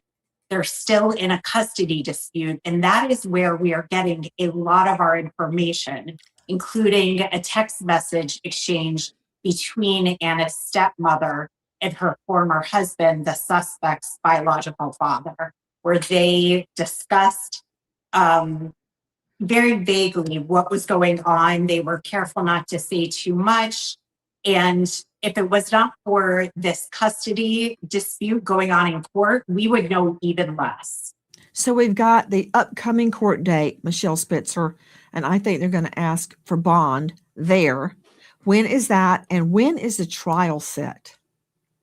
The upcoming Hot tea. I agree that they absolutely fucked up. I'm not saying they didn't. I'm just saying it still has to suck to lose your daughter, is all. And it sucks to be the daughter that's dead, of course, as well. I mean, court date regarding bond is at the end of the month, end of May. The trial was delayed. It wasn't originally scheduled for June, and it has been delayed until September. Summertime expenses stacking up fast. For many, the only option is swiping that credit card, leaving us Crime Stories investigative reporter, delay, defense attorney's best friend. Hold on, Dave. Greg Morse, we know that's true, but why is that true? That defense attorneys always want a delay. Well, for two reasons. One, it's not here. The Southern District of Florida, which I've practiced in for 26 years, is very fast. This case will not linger for years and years and years. Some of my homicide cases in the state system, they'll go on for 3 years, 4 years before they ever get to trial. That will not happen here in the Southern District of Florida. It is very fast. And also, you have to remember, for the defense lawyer, we're reactionary. You know, the prosecution, especially at the federal level, they can try the case the day they bring the indictment for the most part. They don't need to. We have to get information, test the evidence, and do all those things in a reactionary sense. So that's the reason why, but you don't get a lot of delays in the Southern District of Florida, which is the federal district that Miami is in. So it's not going to last long, but it's because we're reactionary with regard to the information and evidence. And that's why a lot of delay happens. And the system has too many cases. So there's that aspect as well. But again, I'm in a very fast jurisdiction, and that's where this case is. So I'd be surprised if it went into next year, barring something unusual. And I believe the delay happened because they filed a superseding indictment and added a significant charge, which was the sex assault charge to this. I think that delay is legitimate. I think the request for a delay by the defense in this case is legitimate. Because when you have other felony charges they should have known it was coming. The client should have told them everything that happened. But that said, when a new charge is added, the defense has to get ready. You heard Moore say the defense is reactionary. They react to what the state's evidence is. Why? Because they can't just take the stand and tell the truth, because that could very well be a confession. Can't do that. So they have to react to what the state says. Here's our evidence. And the defense has to figure out how they're going to counter that evidence. We learned a lot, Dave Mack, in the state's filings about what the state says went down. Everyone in this case, including the defendant, including the parents, are innocent in the eyes of the law unless and until the state pierces the presumption of innocence with facts and evidence to prove guilt beyond a reasonable doubt. Dave Mack, what jumps out at you from the state's filings? I learned a lot. Well, the one thing that really comes to mind, okay, Nancy, is that some of the evidence that's been collected in this case so far, a written statement by the defendant, that the DNA found at the crime scene, and So more questions I would have is, did she have custody? Was Anna in custody of the father, or is it just like visitation, or who had the majority custody? Just more things to dig into, right? I don't know the answer to that. data that was extracted from cellular telephone of a person identified as CK. There's reports from both federal and local law enforcement agencies included in all of this, but I'm curious as to what that data is going to show. What is that, as well as the written statement by the defendant? We know what the indictment, states, that the murder occurred at the same time as sexual abuse occurred on November 6th. The timing has been placed of the sexual assault and murder has been placed between 7:30 p.m. and 9:30 a.m. the following morning, which is an awfully long period of time, 14 hours. I guess the biggest thing of all of this, Nancy, is that the grand jury said that TH knowingly and unlawfully perpetrated the willful, deliberate, malicious, and premeditated killing of Kettner. The premeditated killing, meaning, did he plan this? Did he lure her in there specifically to kill her? That's what jumps at me.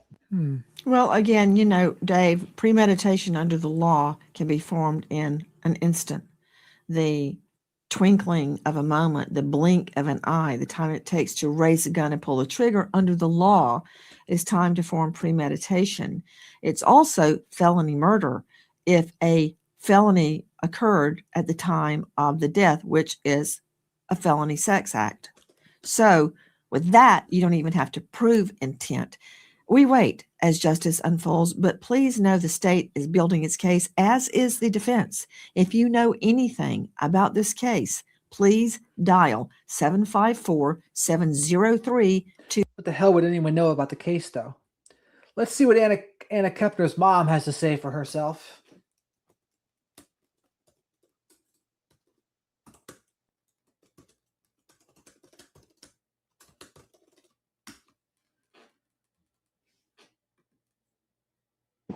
What?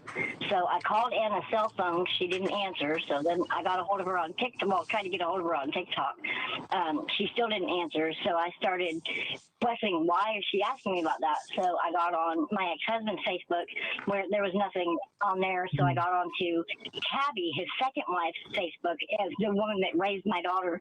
And there I seen a picture of her car with flowers on it. And Tabby saying they're going to leave it at the high school for a short time as a memorial for Anna. And so that's when I Googled 18-year-old dies on cruise ship is what I put in the search bar. And that's when my daughter's face popped up all over Google. So she found out her daughter died from Google. Dad and stepmom didn't even tell her. Insane.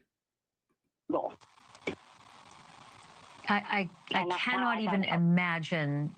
Yeah, I just, honest to God, I cannot even imagine finding out about your daughter's death by Googling and not getting a call.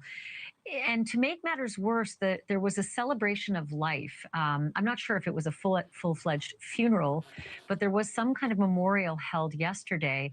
And I'm told that you were banned, that your ex-husband banned you from going. Can you walk me through what happened and what the circumstances were? He told me that when I told him I was coming down there, he said that that he knew for a fact that Anna would not want me there. And I said, that's a lie. I was like, but whatever. And he goes, if you step foot in Florida, I will have you arrested immediately for back child support. Oh, so the woman's on drugs, had back child support or something. It'd be interesting to hear what Anna's version of the story is. How was her relationship with her mother? And so you went anyway, right? Yeah. In disguise? Yeah, I wore a wig and I wore some really tall high heels, so that way, if he was looking for somebody short, he wouldn't see me. And were you able to attend the funeral? Did anyone see you or spot you? Like, tell me what happened next when you got there. Nobody spotted me. I kind of stayed in the back, close to the door. So if I needed to make a quick getaway, I could. It was really nice. They had a lot of pictures of my daughter. I didn't see her dad, but then again, I wasn't trying to either. I stayed for a little bit, but I didn't stay for the whole thing. My anxiety got too high and I had to go. Birth mom went to Anna's funeral in disguise. Why the hell would that be necessary, though? Because of the back child support thing? And what? Tell me a little bit about the funeral. What was said about Anna at the funeral? They just talked about how she was a great kid and she did really well in school. She wanted to join the military. She had a boating license before she was able to get her driver's license.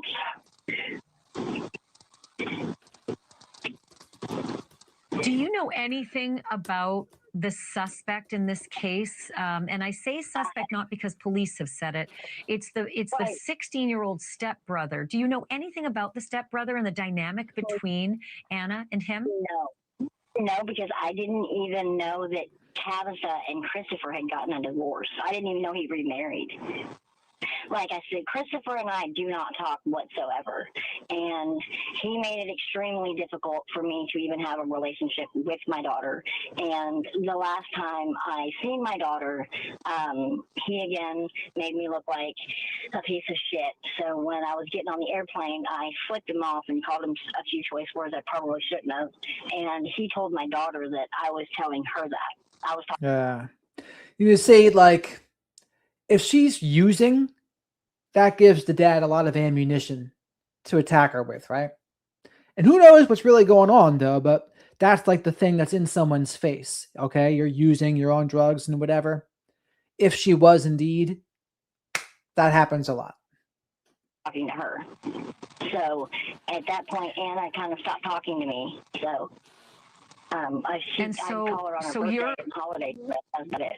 Thank you for watching. Subscribe below and download our News Nation app right now on Chris Cuomo. Meatball Cuomo. Everyone's favorite Cuomo. Let's see if there's any more here. Anna Kettner, shocking claims, and family speaks out. Oh, look at that. Ashley Banfield back in her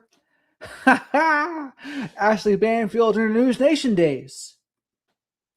Never knowing that Anna's body was stuffed under her own bed just feet away from him.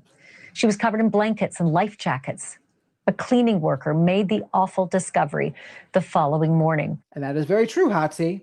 But if you're a parent, though, how do you play it if the other parent's using? Do you say, well, you can't see her or him when they're using?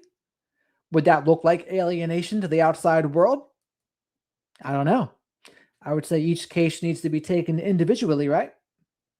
Or imagine someone's a drunk. Maybe that's more common. So if someone's a drunk, are you going to let your kid go with a drunk parent, man or woman, mother, father? I wouldn't think so. And then when they did it, the drunk parent doesn't get the kids. What do you want to bet? Some of them would say, I'm being alienated from my kid. And they don't tell you the other part of the story. Well, actually, I was shit-faced and I was trying to pick them up. Oh, that's a little bit different, isn't it? Joining me now with much more on all of this is Josh Boswell. He's a senior reporter for the DailyMail.com. Josh. Sweet Caroline from the land down under. Shadow and I always grateful to see you and grateful for your support as well. Breaking news, Sweet Caroline's from Australia. So thank you very much for the super chat, Sweet Caroline.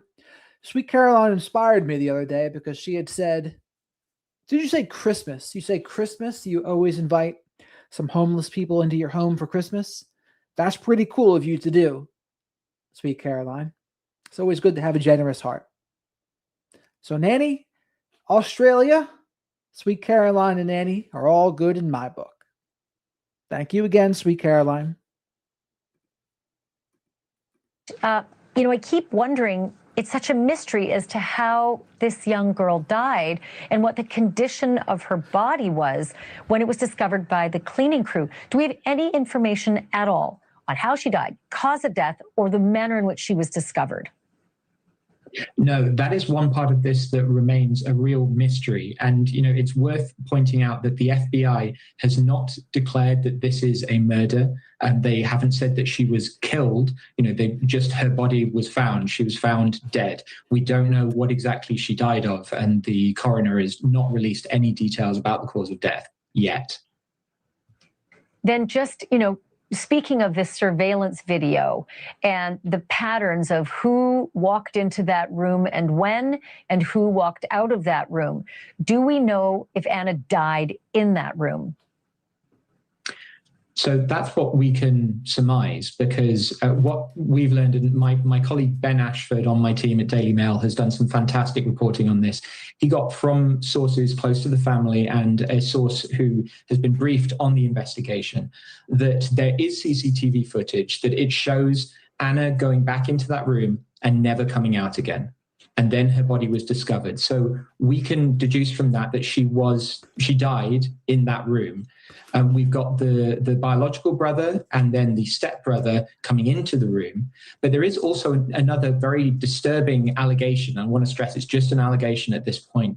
But again, from that ex-boyfriend, he was speaking after the memorial service that was held this evening in Titusville, Florida, her hometown. And he was saying that he had spoken to the younger brother, the biological brother, after all this had happened. And what that 14-year-old had told him was that he had heard shouting, screaming, what sounded like furniture being thrown around. He tried to get back into the room and the stepbrother blocked his way and told him to leave. So that's an extra development here that kind of adds a nuance to this, that there was perhaps some conflict going on there.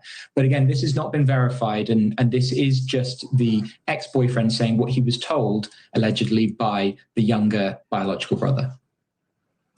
So if we're to believe what the ex-boyfriend says he was told by this younger biological brother, this confrontation, the yelling, the screaming, and the blocking of not being able to get back into his room, this happened right prior to the death, or days before, or what was the timeline of that confrontation? The timeline for this, according to that ex-boyfriend, Josh Chu, that was the night that she went into the cabin and never emerged. What we have from the coroner in Miami is the date of death being declared at 11 a.m. the next morning. But that doesn't seem to be when she actually died. It seems like she may have died at some point during that night of November 6th. She certainly didn't show up for breakfast the next morning, November 7th. That's when the family was alerted to her being missing. All right, let's see what Tony Bruschi has to say, because this is more up to date. This will be the last one to watch.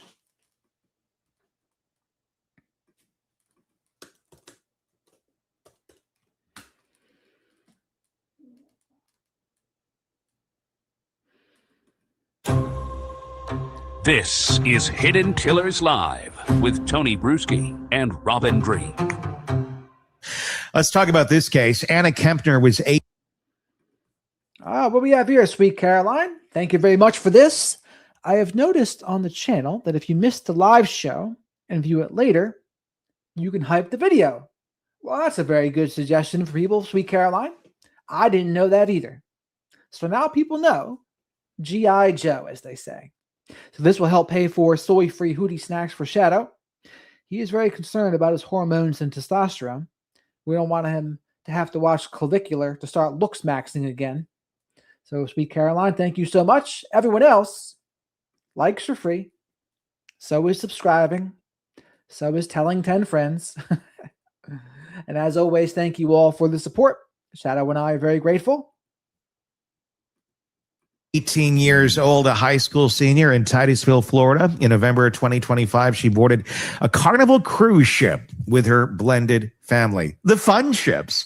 Her dad, Christopher, her stepmother, Chantel, her grandparents, and Chantel's 2 kids from the previous marriage, including a 16-year-old stepbrother named Timothy Hudson. Anna and Timothy weren't blood related. They were part of the blended family. Chantel is Timothy's biological mother and Anna's stepmother. Pay attention to the roles of people here because it gets confusing. Say it one more time again. Okay. Chantel is Timothy's biological mother and Anna's stepmother. So she's the mother of the alleged killer, the 16-year-old. She's married to Anna's father. On that cruise, Anna and Timothy were placed in a cabin together without the parents. Anna was found dead under her bed, wrapped in a blanket covered with life preservers. Timothy Hudson has since been charged as an adult in federal court with first-degree murder and aggravated SA crimes in connection with her death. He's pled not guilty. But today we're not here to talk about the criminal case. We're here to talk about what happened inside this family afterward and before, because the court filings tell a story that raises questions a jury will never be asked to answer. Joining us to discuss, psychotherapist Siobhan Scott. Siobhan, I want to set the table here with the family structure, and I know I just kind of went over it. You got Chantel Hudson, Timothy's biological mother here. She's also Anna Kempner's stepmother. She's married to Anna's father, Christopher Kempner. They are still together today. After Anna was found dead on that ship, court filings show that Chantel and Christopher expelled Timothy from their household immediately. Okay, not a bad move. You got the guy that's accused of essaying and killing the daughter of your new husband, and it's your son. Probably not a good idea to have him in the same house as the other kids. Neither of them, however, have allegedly seen them since. Timothy's biological father, Thomas Hudson, Chantel's ex-husband, put a text exchange into the court record where he wrote, "I kept my mouth shut when you told me that you can't jeopardize your marriage for helping your son." Okay. So that's what his mother said. I can't jeopardize my marriage to help my son? That's pretty shitty of her to say. Interesting take, but it does somewhat track with some of the testimony that we had seen in family court from Chantel and her distancing herself from her own son. It doesn't necessarily also read like a mother horrified by what her son allegedly did. It reads like a mother who was assessed what was standing, or that what standing by him was actually going to cost her. And They know it was the son because they saw the son going into the room. There was no one else in the room. And that's when the crime was committed. So, from the looks of it, because of the cameras, there was no one else that could have been.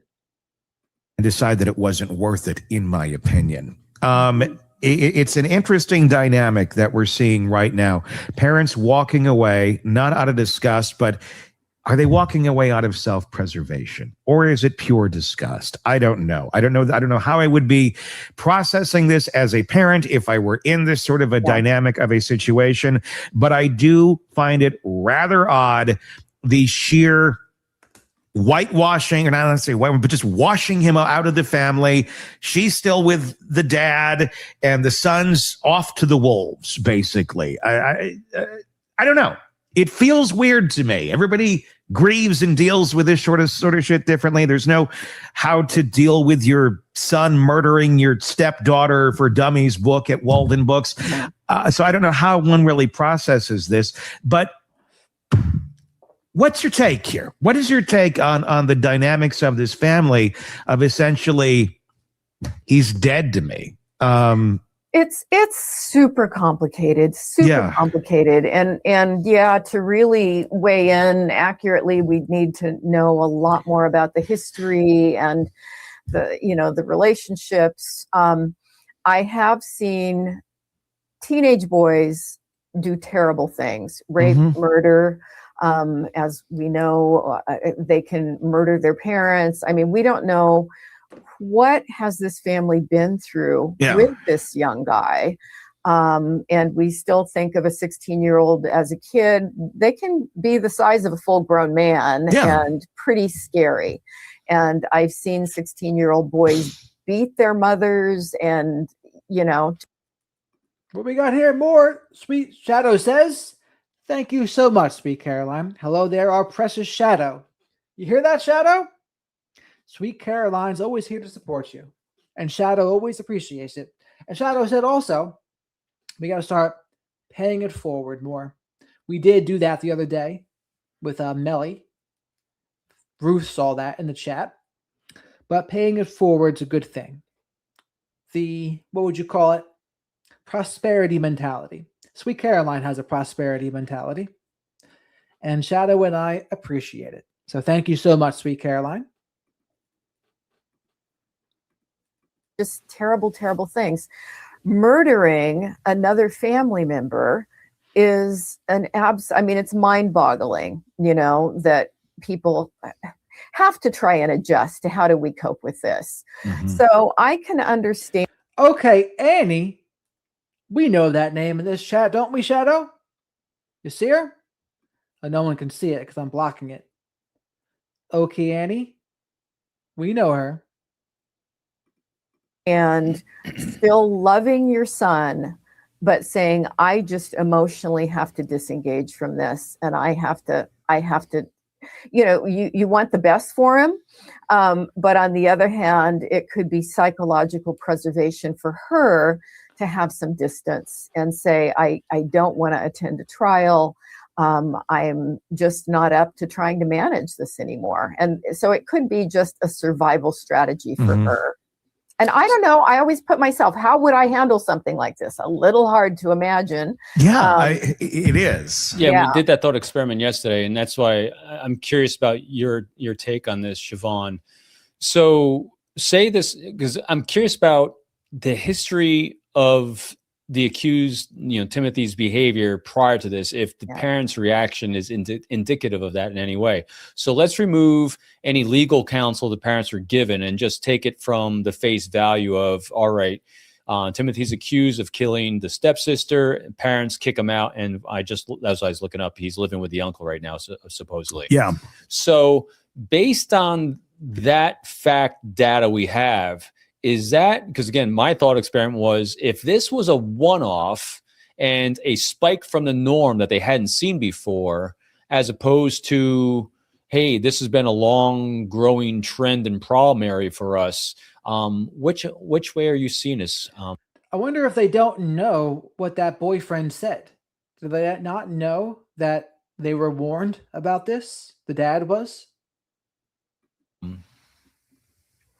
Well, if any, from one small data set. Yeah, right. My guess is that there has been some pretty aberrant behavior, because you don't usually move from just being a normal kid with normal interests and activities to murdering your stepsister. And then all the other allegations that, he's been aggressive with her, made her feel threatened before. And who knows what they've tried to intervene that just hasn't worked. And so my guess is it's not a one-off, just because people usually don't just go from normal to murder, right? Mm-hmm. And they may just not have felt like they had a lot of options.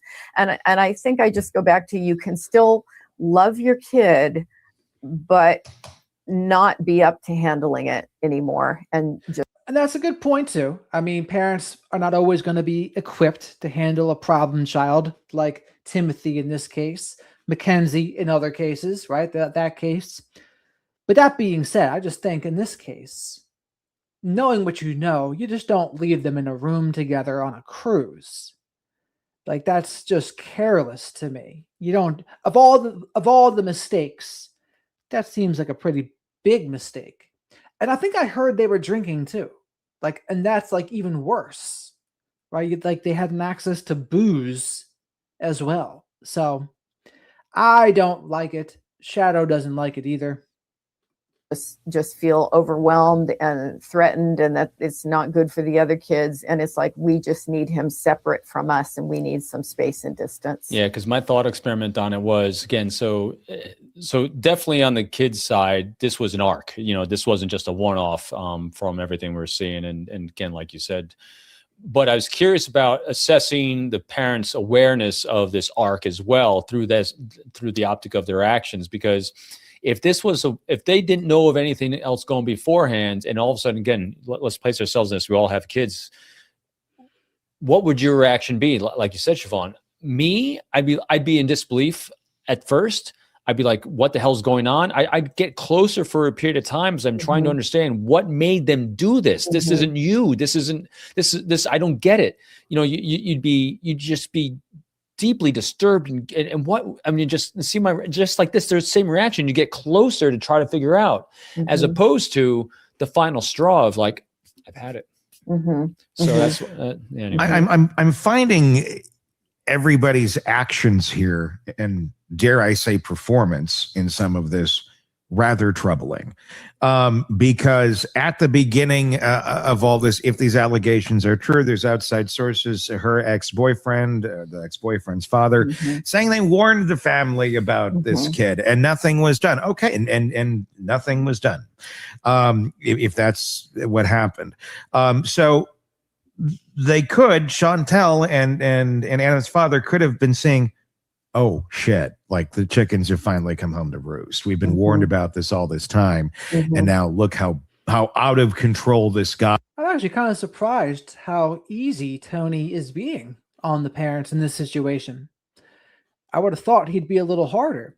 Maybe the parent in him is maybe thinking about it from a different lens, perhaps. But I'm surprised.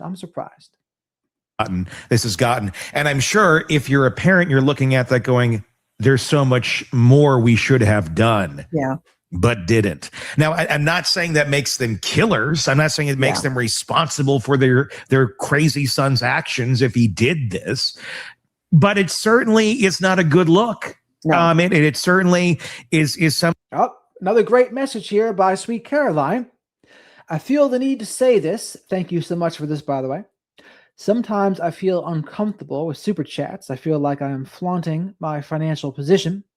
Please know that they are always from us all in gratitude for this wonderful channel. Well, Shadow and I couldn't have said it better ourselves, actually, Sweet Caroline. And that's why you have a giving mentality, right? Not a selfishly giving mentality, but from everybody. And I think everyone can learn from that, right, chat? Everyone can learn from Sweet Caroline's wisdom here. So Shadow and I are always grateful. Anything you ever need, Sweet Caroline, you let us know. And that goes for the rest of the flock of black sheep too. I'm sure they'd be happy to help you as well. Thing that you wouldn't necessarily, I think, want to hang your hat on or have following you around. And I'm finding the actions after the fact, going onto social media and posting words like, they're looking for nails in the coffin on Timothy and things of that nature. A bit much for a family affair. Like, why are we projecting this shit out into the world? I mean, everybody, I guess, does now, but I don't. But a lot of people do. It seems performative. It seems I'm going to tell you who I am in this, not what the evidence or my track record shows you I am in this. I'm going to make a stand. And maybe maybe this is the wake-up call they needed. So this chaos doesn't ensue the rest of their family or in that house. And the other lesson is, right, folks, that when you have it, it's good to be generous. They say money is like a currency because it's supposed to flow like a current. I try to remember that. Just feels performative to me. And again, I could be completely off. Maybe there is a mixture of some performance going on here for self-preservation. At the same time, grief and loss and hate and anger. It's probably a bit of everything that's going on. Yeah. Without a doubt.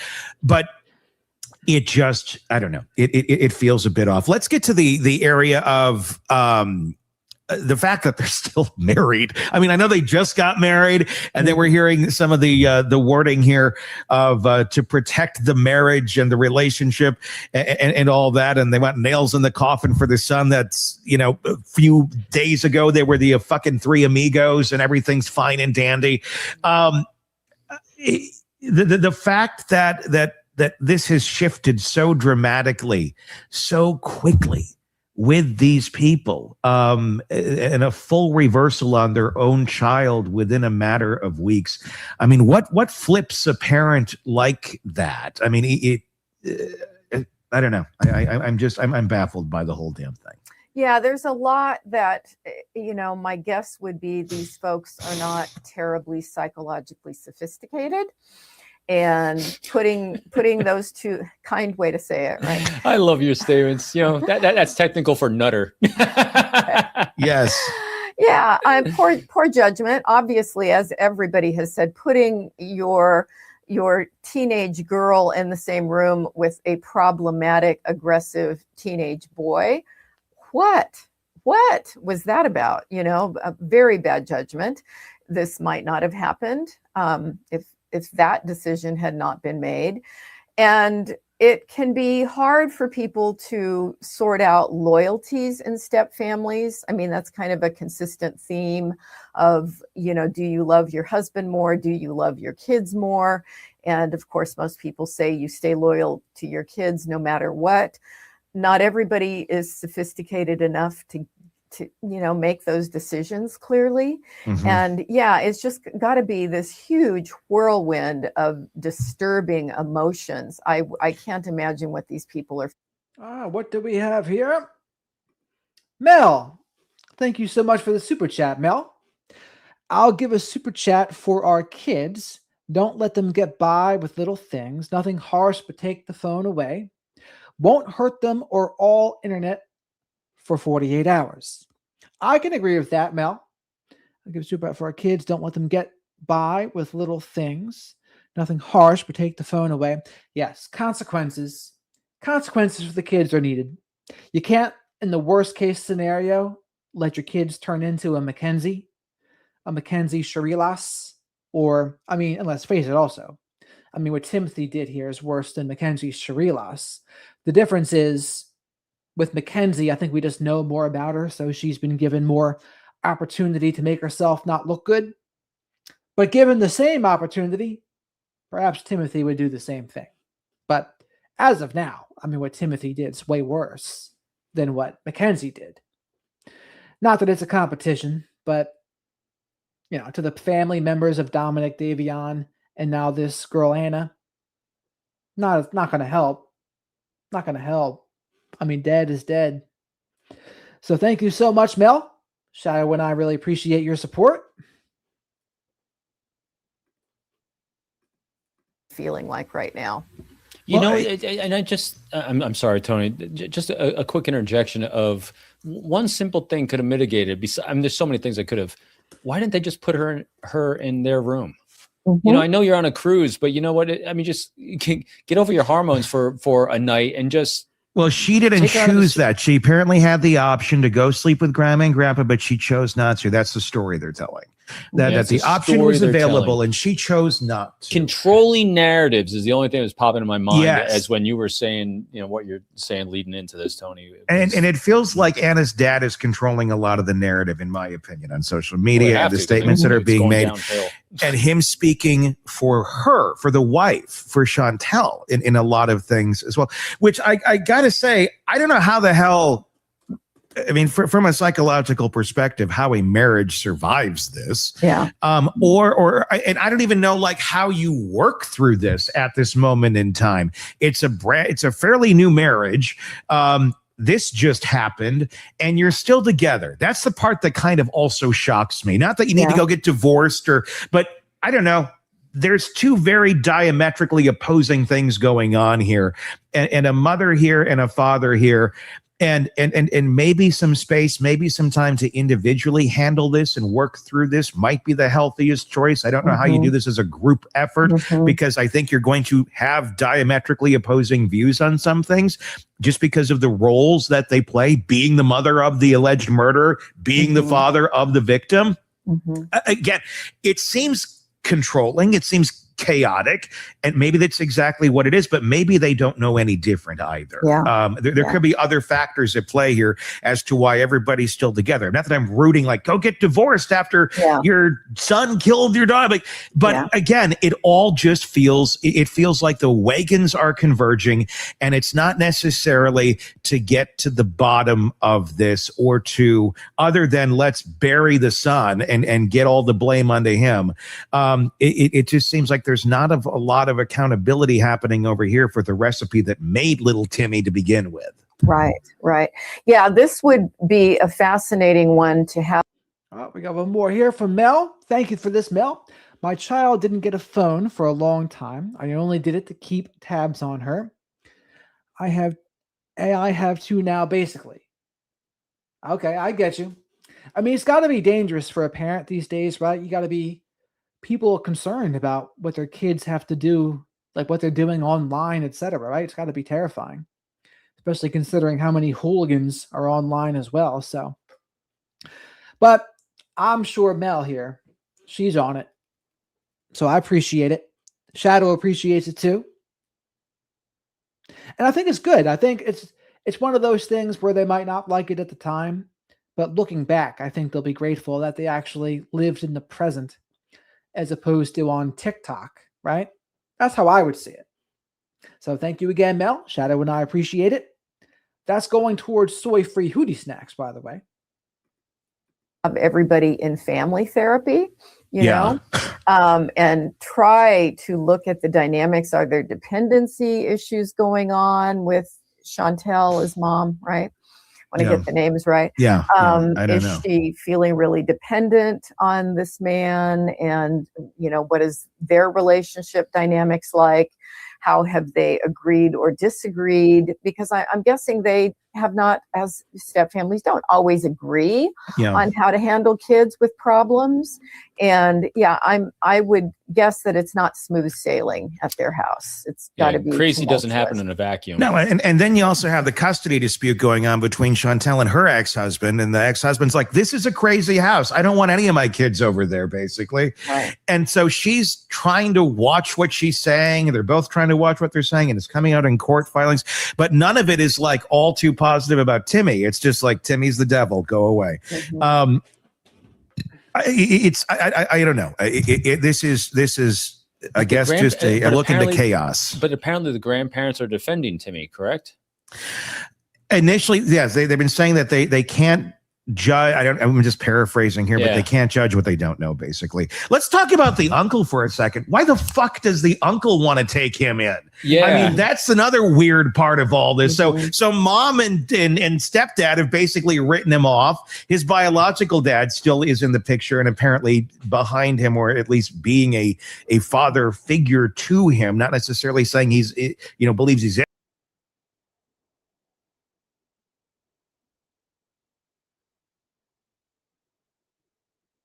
much about, but apparently he's staying with the uncle. The hell is that? I mean, should he be imprisoned after murder charges? Yes. This man should no longer be free working at the landscaping business of the uncle. But again, that's another weird dynamic of this. Like, why the uncle? And why with this sort of a charge against you? How is that the best setting for this young man? Yeah. Not something I would vote for. Maybe my guess, just making a wild guess about the uncle. Yeah. He may be the one that sees himself, whether it's true or not. He may see himself as the solid voice in the family who can come in and rescue and do something to fix. That would be my guess. Stepping up, just trying to be a person that steps up. And maybe that's what it is. I know I'm not trying to disparage the uncle in any way, shape, or form. Again, it's more chaotic dynamics, and it seems every stone you unturn, every page you turn in this book, it's more chaos, which I think it probably explains as to why we're here today talking about them. Yeah, it looks like he is living in and working at the family business. It's not much on him. That's what he's doing on the side, is just looking it all up. Can you imagine being like a client of the landscaping company and you know what's going on in this community, and then he shows up to like put in your zinnias? Yeah. I'd be like, I don't think so. He's going to have to get off my property right about. I know did that landscape. I'm not even going to say what they just might have popped over from being in Arizona, right? Jesus. Yeah. Now it's your thoughts in the comment section, Substack and YouTube. Feel free to weigh in there. We'd love to continue the conversation there. Want more on this case and others? Then press subscribe now. And all right. Well, that's a good place to end off for today here. We got a good baseline of this case. We'll see if we go over more of it. But I'm more curious now about the backgrounds of her mother, the father, the stepmother, to see what's going on in that dynamic. He always does, Snoop. He always does.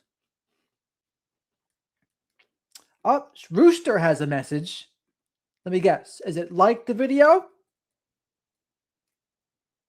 Smash the like button, he says. That's a damn good message, isn't it, Sweet Caroline? So thank you very much for the super chat, Sweet Caroline. And like Rooster said, make sure you like the video, because likes are free. So is subscribing, and so is telling everyone you know about the flock of black sheep. Those are all good things here, right? Any topic ideas Sweet Caroline would ever want, definitely let me know.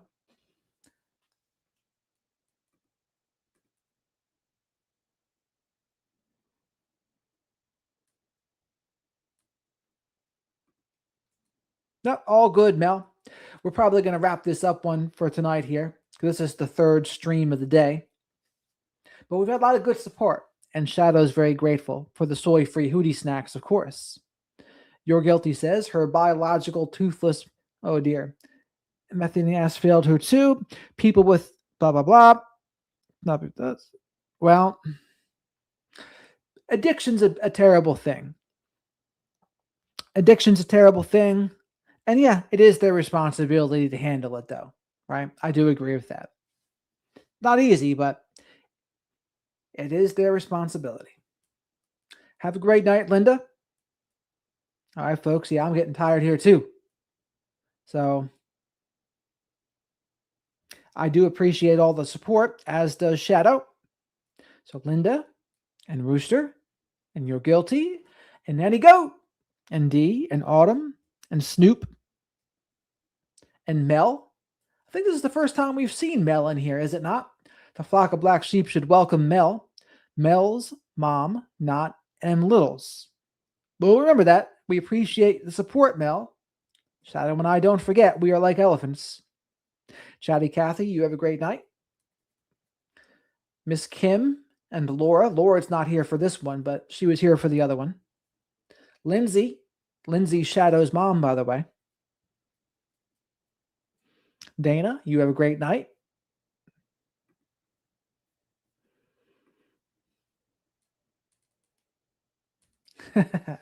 I knew you would, Nanny Goat. Nanny Goat. What was your name before then, Mel?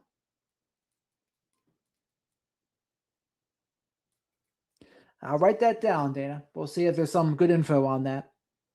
Kansas mom murders.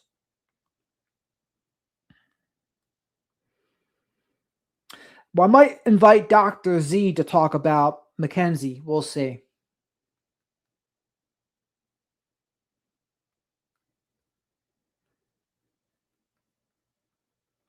If she's available to. She might not.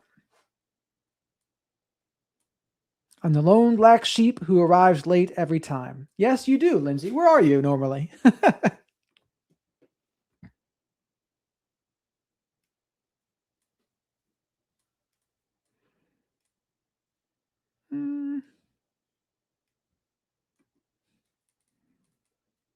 How mysterious.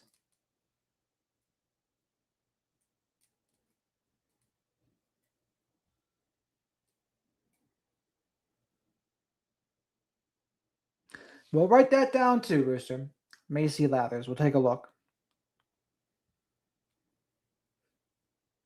We shall see. All right, folks. You don't have to go home, but you can't stay here.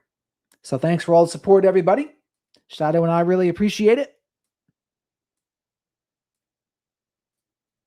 And everyone, have a great rest of your night.